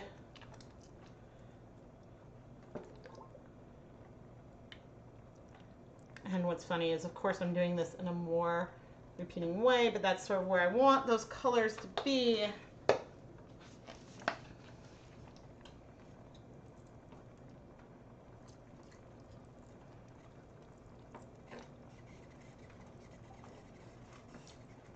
I'm going to add more purple pop.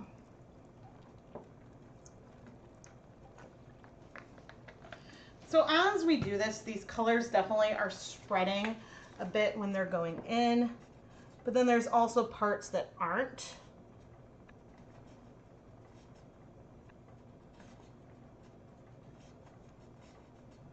Okay, here we go. Things are going to get deeper and moodier the more we move and flip. If there was less water and the heat was more even, then there would be less spread. But yeah, I think it's pretty. And part of me was like, I'd love to use up some of these colors. And there's a chance we can use up the red and the purple pop and the fluorescent fuchsia. We are nowhere close with that Cabernet. Nowhere close. Maybe, oh, you know, there could be, we could use some like Hanukkah emotes. The thing that I struggled with, oh, I still want to see the yarn. The thing that I struggled with when trying to think about what else is how to make it so that way you could, because you need to make sure that the details, when it gets really tiny, aren't too small and then hard to perceive. Because like with the don't touch, like you know, when it's bigger, you can clearly, like when it's bigger, you can clearly see that it's tongs. But it might be a little harder to see when it's really small, so that I don't know. But yeah, I'm not stirring, except for when I flip. I need to make sure that I have that more handy all the time. I wonder if there's a good, I'm not finding a dreidel. There is a menorah. So maybe it would just be to have like a dreidel one, because certainly I think that I can like swap, I could probably swap some out. I have been thinking about getting some just for Hanukkah. I just need to think about like, you know, if I was going to try to have like a dreidel shape or like Happy Hanukkah written in yarn or something like that, that's too much detail for an emote. And so, yeah, that those are things that I think about. But the member badges are things that I made myself. I was working with like pixels. I was using like some just online like software, but I was working, I forget if it was like 30 by 30 pixels doing it. Oh, no worries, Melanie. This was like a fairly impromptu thing, because like my video this morning was talking about like the new Knitpicks Bare Yarn Wholesale, and my orders arrived early this week when I had already decided to make Friday's video that, and I'd already edited it. And so I was like, oh, well, if the yarn had arrived a little sooner, I would have filmed an unboxing to be part of that video, because then that would have all fit nice and neat together. It is what it is. It is what it is for sure. But I wonder how many more flips I will do of the yarn, and if I'm going to wait a full 10 minutes. That is the question. I do really like the way that this colorway is going. It's hard to decide, like, sometimes, because, like, I'll start and I'm like, oh, we'll see how much this moves with the spoon, and I'm like, okay, these lines are bigger. This isn't quite the effect I thought I was going to go for. Well, we're going for it. And so that happens. But anyway, yeah, it's nice to hang out. And so maybe I'll try to do another one of these soonish where I plan out the videos I'm going to work on a little bit more, so that way there's less like things that monopolize the pots for the cooling off, like we have with that muck. But anyway, I did want to try to use up that muck stock as much as possible. So, and I'm hating to say it, there's like maybe 100 milliliters more in like the little cup that I poured everything into. It's a pretty color, but I might leave that. I might put it in a different, I don't know what I want to do with it. I don't want to pour it back into the stock bottle because I want to rinse out the stock bottle and see. Oh, I should keep it. Okay, I'll keep it. I was like, ooh, I don't know what to do. Going back and forth. Oh, fun. I'm glad you like this colorway. And the colors are, I feel like, are showing up pretty true on camera. A lot of times, like, reds and purples don't come in super, super well. Especially, like, one thing I struggle with in my kitchen is that the light, and therefore the light temperature, changes often. There are a lot of windows in here, so when there's a bright light outside, then we get lots of natural light in here. But then when that goes away, then things get really dark, and so, yeah. Oh man, but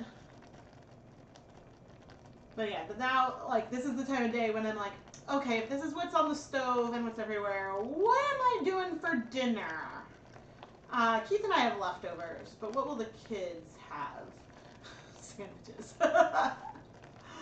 Oh man, last night I made them, well, because yesterday they had leftover pizza for lunch, so for dinner I made them like turkey and cheese sandwiches, but on a tortilla, like rolled up, And I used these little sword toothpicks to hold it together when I sliced it. And then of course they put like green beans on the toothpicks and their apples on the toothpicks, and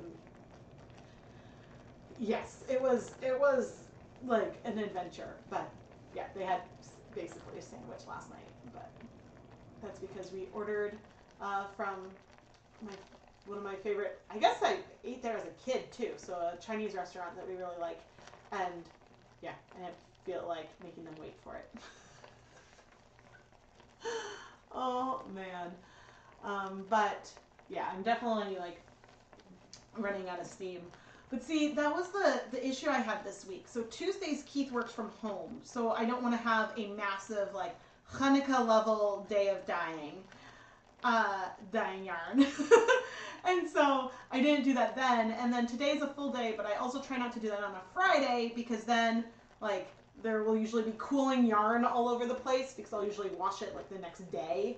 Sometimes, because then I'll focus on the like cleaning up, and I'll have like on my shelves I'll have the yarn cooling, and so yeah, but I'm happy that I have this one going on. And so it may be sooner. It's possible it might be a while before this video comes out, but it also could be sooner than I think, because I've gone through, between like a lot of travel and stuff this summer, I've gone through a lot of like my like bank of things that I have filmed but not edited, and so I'm like, let's build that up again. Build that up for some buffer. But yeah, it's funny because I love this technique so much, and I haven't done it in a while, and I don't know why. Hopefully it doesn't bleed. That would make me sad, as I'm like, more pink, more red, oi oi oi, more Cabernet, all colors that could be problematic. All right, I can't see the timer, but there's a chance I might fudge it. There's only 2 minutes left. I'm going to move it.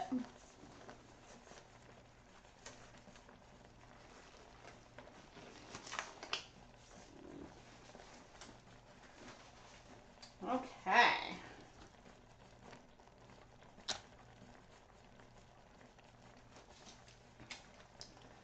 And we'll see. Ooh, this is pretty. This is really, really pretty. It's funny because it's so different from how like I started. Oh, that red is bleeding. Oh no. Did I get that on me? I don't think so. It's like I hear a splash, and then I go, oh no, and then, yeah. Let's check.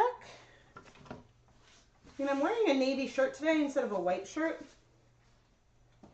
But yeah, I don't think I dyed myself, which is kind of amazing if you think about it. All right. Let's bring this out. How are stuff around the zip ties? Pretty good. Okay, so now, oh good, I think I'm filming. Yes, I'm filming.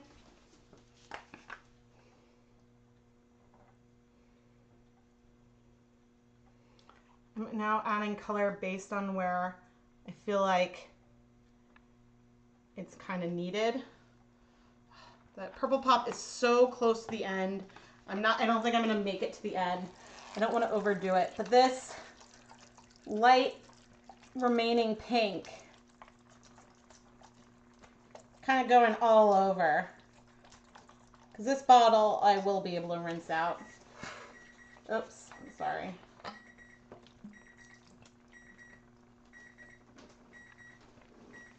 Yes, timer, I'm coming.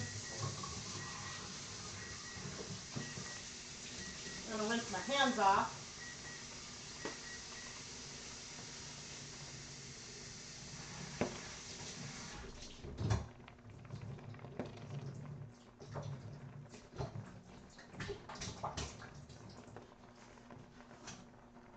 Oh man, the tape didn't come off. Let's do a little more red. And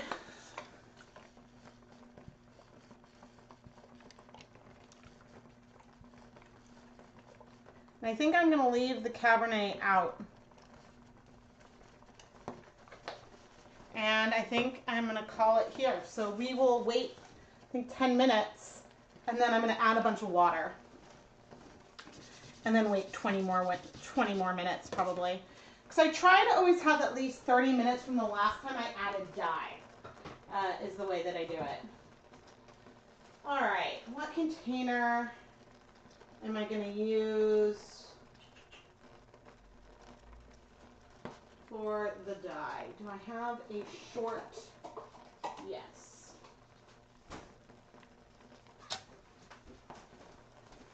Can you guys see over here? A little bit. Yes.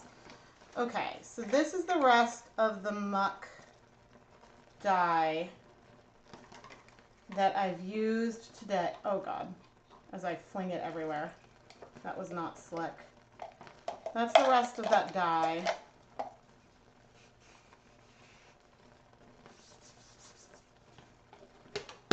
Okay, and it's now covered. So it shouldn't evaporate, that shouldn't change. And I am going to add water, just plain water, to our muck jar.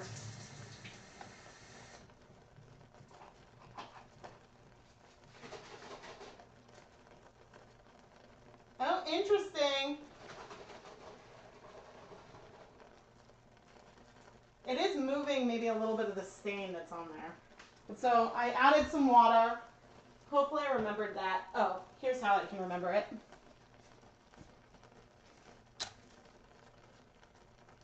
Okay, muck video. When I was cleaning up, there is a takeout container that has the rest of the, quote, 1% stock that we had poured from here. I added some water, shook it up, and I'm going to let this sit. Clearly, adding it, shaking it up, there's a lot of pigment in there. So we'll see what this is for that video too. There we go. That's how I remember. That's how I remember things. And then, amazingly, I splattered, but it didn't get on the floor. But I'm going to just start soaking stuff.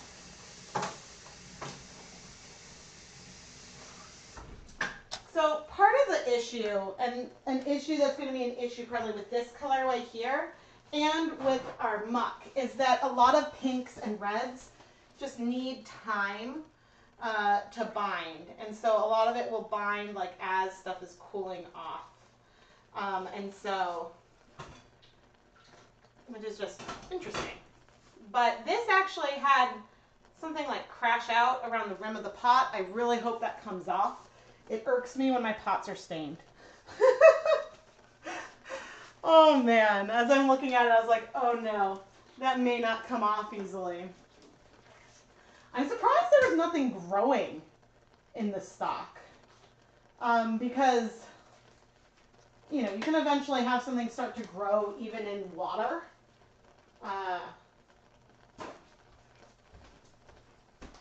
Not easily, but, you know, when you're using your sterile techniques, eventually there can be contaminations and stuff the more you go in. So, stuff can happen. But anyway, this colorway is fun. I really, really like it. And I am now going to hop. Nope, that's not where I was going. Here! Thank you so much for joining me today for this more last minute live stream. Both of the videos and dyeing projects I was working on today will eventually be full edited videos, and so you'll be able to see that in a more complete edited way versus a more live streamy way where, you know, it's more of a stream of consciousness. A lot of times this is how my videos are edited or filmed, but when you guys are here, then I do add a lot more commentary along the way as well. But yeah, so these will both become videos. So there isn't going to be a like live stream recap for this, but yeah, I'm very, very, very excited to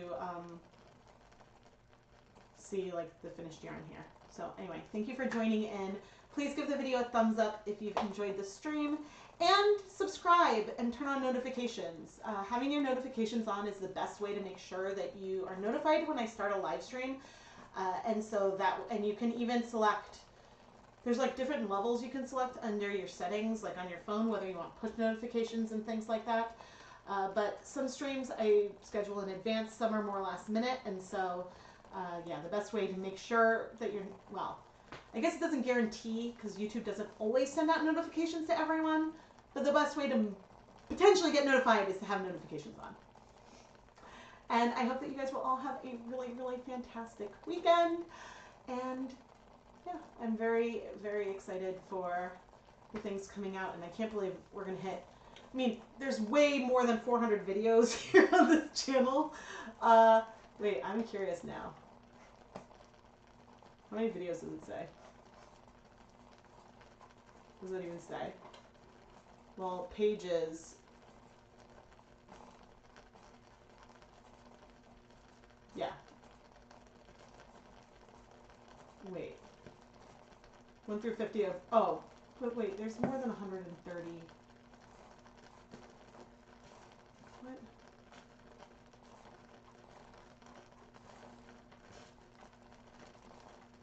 I'm confused for a second. It's not, oh, okay. No, the number keeps going up. I was like, how I was like, there's more than 150 videos because we're almost on episode 400 of Dye Pot Weekly. So I don't know how that went, but anyway, I was like distracted. So I don't even know how many videos I have. A lot. But you know, if you're looking for something in particular, if you leave a comment, I can try to help point you towards the right video. I do my best to reply to comments, and so yeah, thank you so much for joining and for supporting the content here. And yeah, you will see a new video from me on Tuesday. Thanks for watching, everyone. Goodbye.